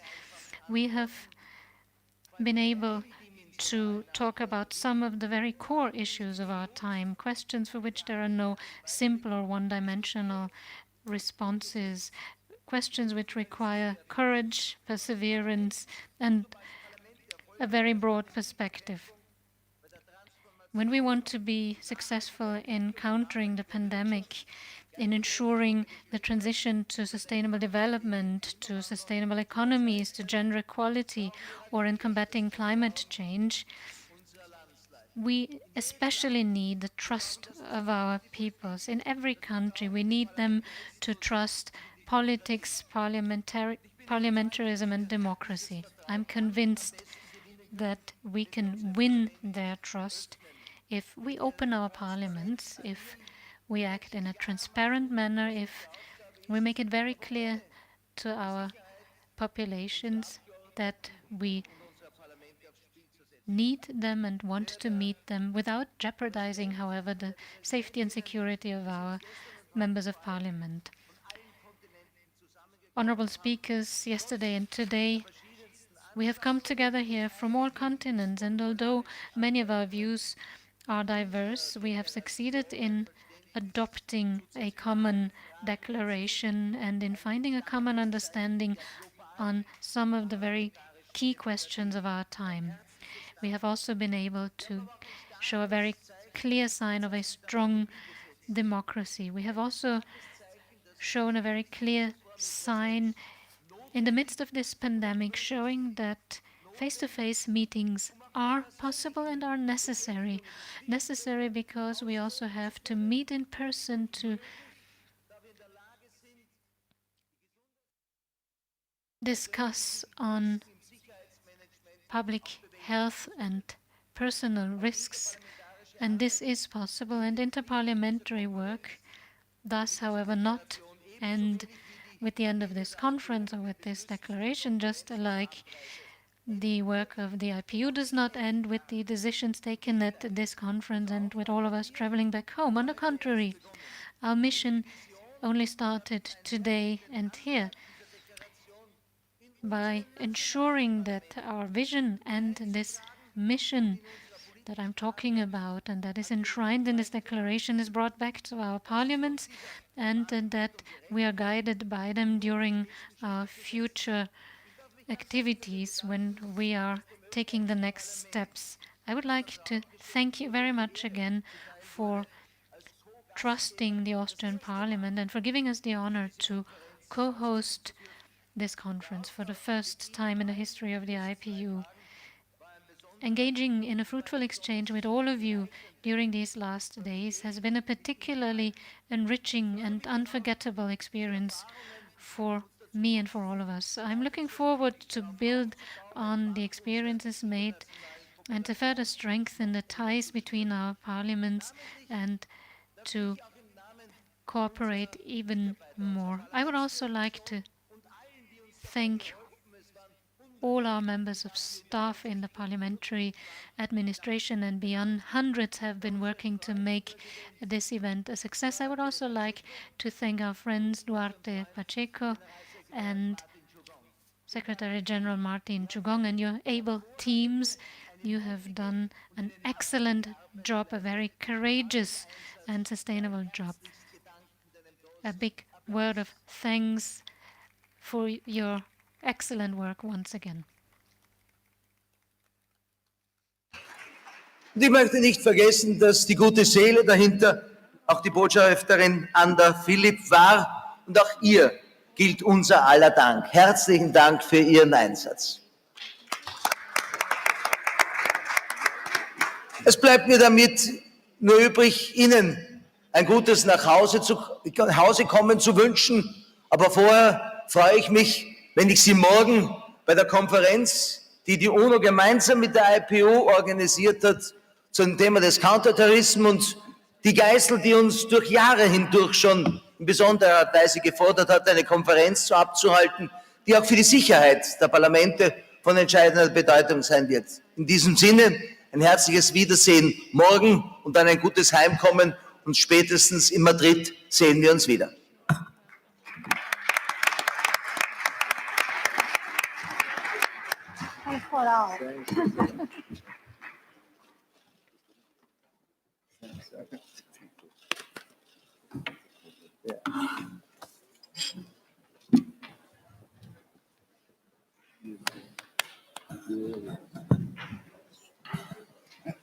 Speaker Sobotka, Speaker Hagi, Chancellor Kurz, dear colleagues, friends, Madam and Mr. Speakers, our staff prepared me a text saying that I will have a great pleasure to bring this World Conference of Speakers of Parliament to a close. But it is not true. I regret it so much because I enjoy these 2 days with all of you that it is not true. I wish that we'll continue for more days. But yes, the reality is that we are coming to the end of our meeting. So firstly, I wish to say thank you to all of you, to each one of you that worked so hard in all the panels in our general session, to prepare the declaration, to at so many bilateral meetings, showing to the world that the parliaments are alive, that with this pandemic, we didn't give up from our own functions, and here we are working together to build a better future.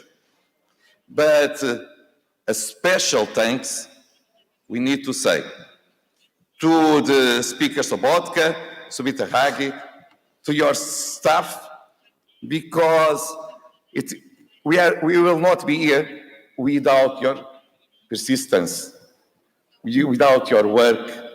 And so thank you so much for everything. The organization was perfect.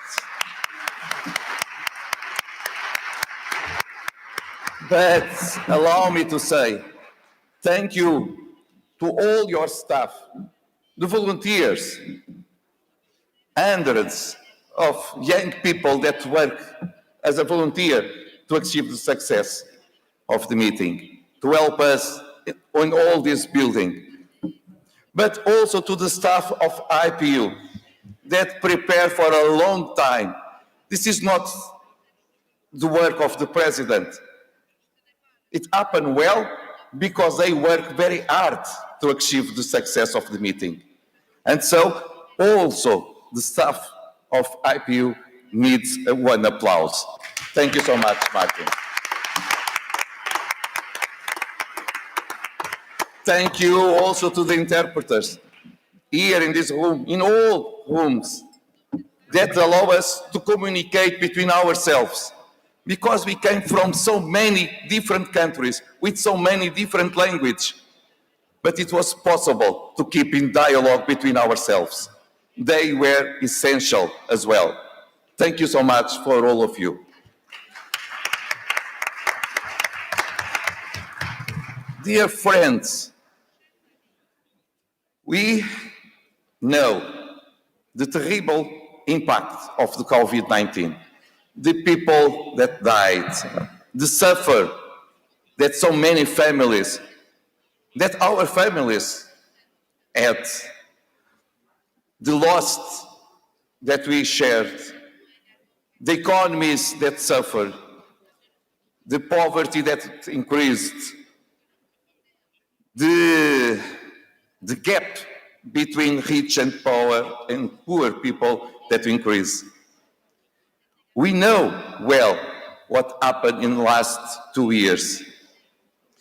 How change the education system, how change the health system, how change the economies, but also how change the life of parliamentarians. Because we keep working. We keep our work to approve bills, legislation, special measures, special budget to win the war against this virus. We achieved new ways to work that maybe 2 years ago, some of us will not believe that will be possible. But very soon, we adapt to the new reality because we represent the people. And if people needs our work, we work, no cares the situation. And so, here we are, after 2 years, to say it was important what we have done, but we have much more to do. That's why the declaration presented by the Speaker Argimon, and that was approved by all of you, call us to action.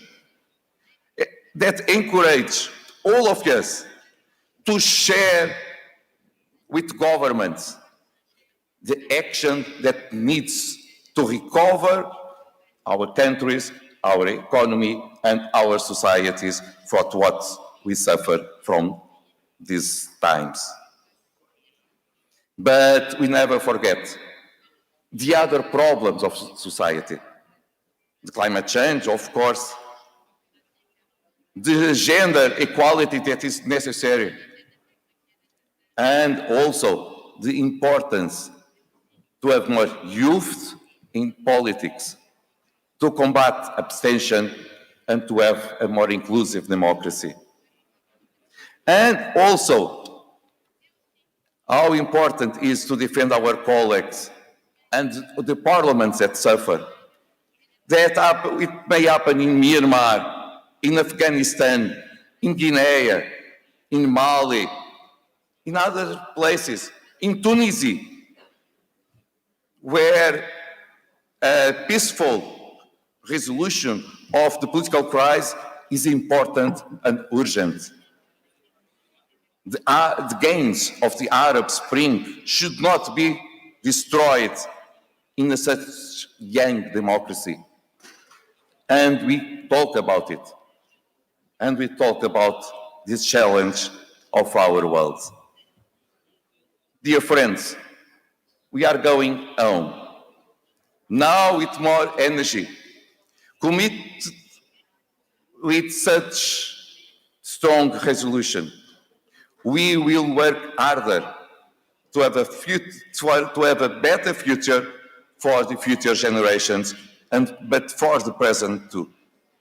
So, dear friends, this way, I wish you a very safe trip back to your own home, your countries. But I know that we will look and we will see each other very soon in Madrid next November for the 143 Assembly of the IPU. Shukran. Merci. Spasiba. Gracias. Thank you. And obrigado from the bottom of my heart and on behalf of the entire IPU.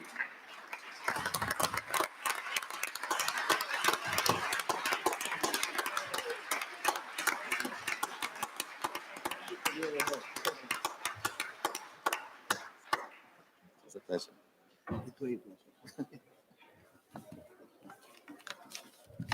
Martin.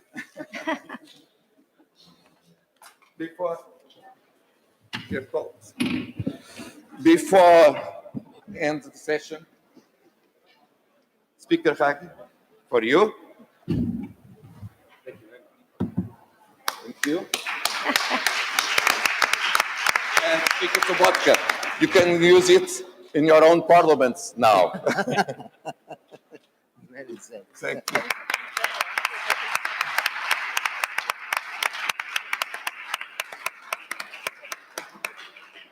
Take care, Mr. Chancellor. Now they have something to finish the sessions, and maybe they can take off the word to the Chancellor as well. Dear colleagues, Mr. Speakers, Madam Speakers, dear friends, Mr. Chancellor, our 5th World Conference of Speakers of Parliaments came to an end. Thank you so much.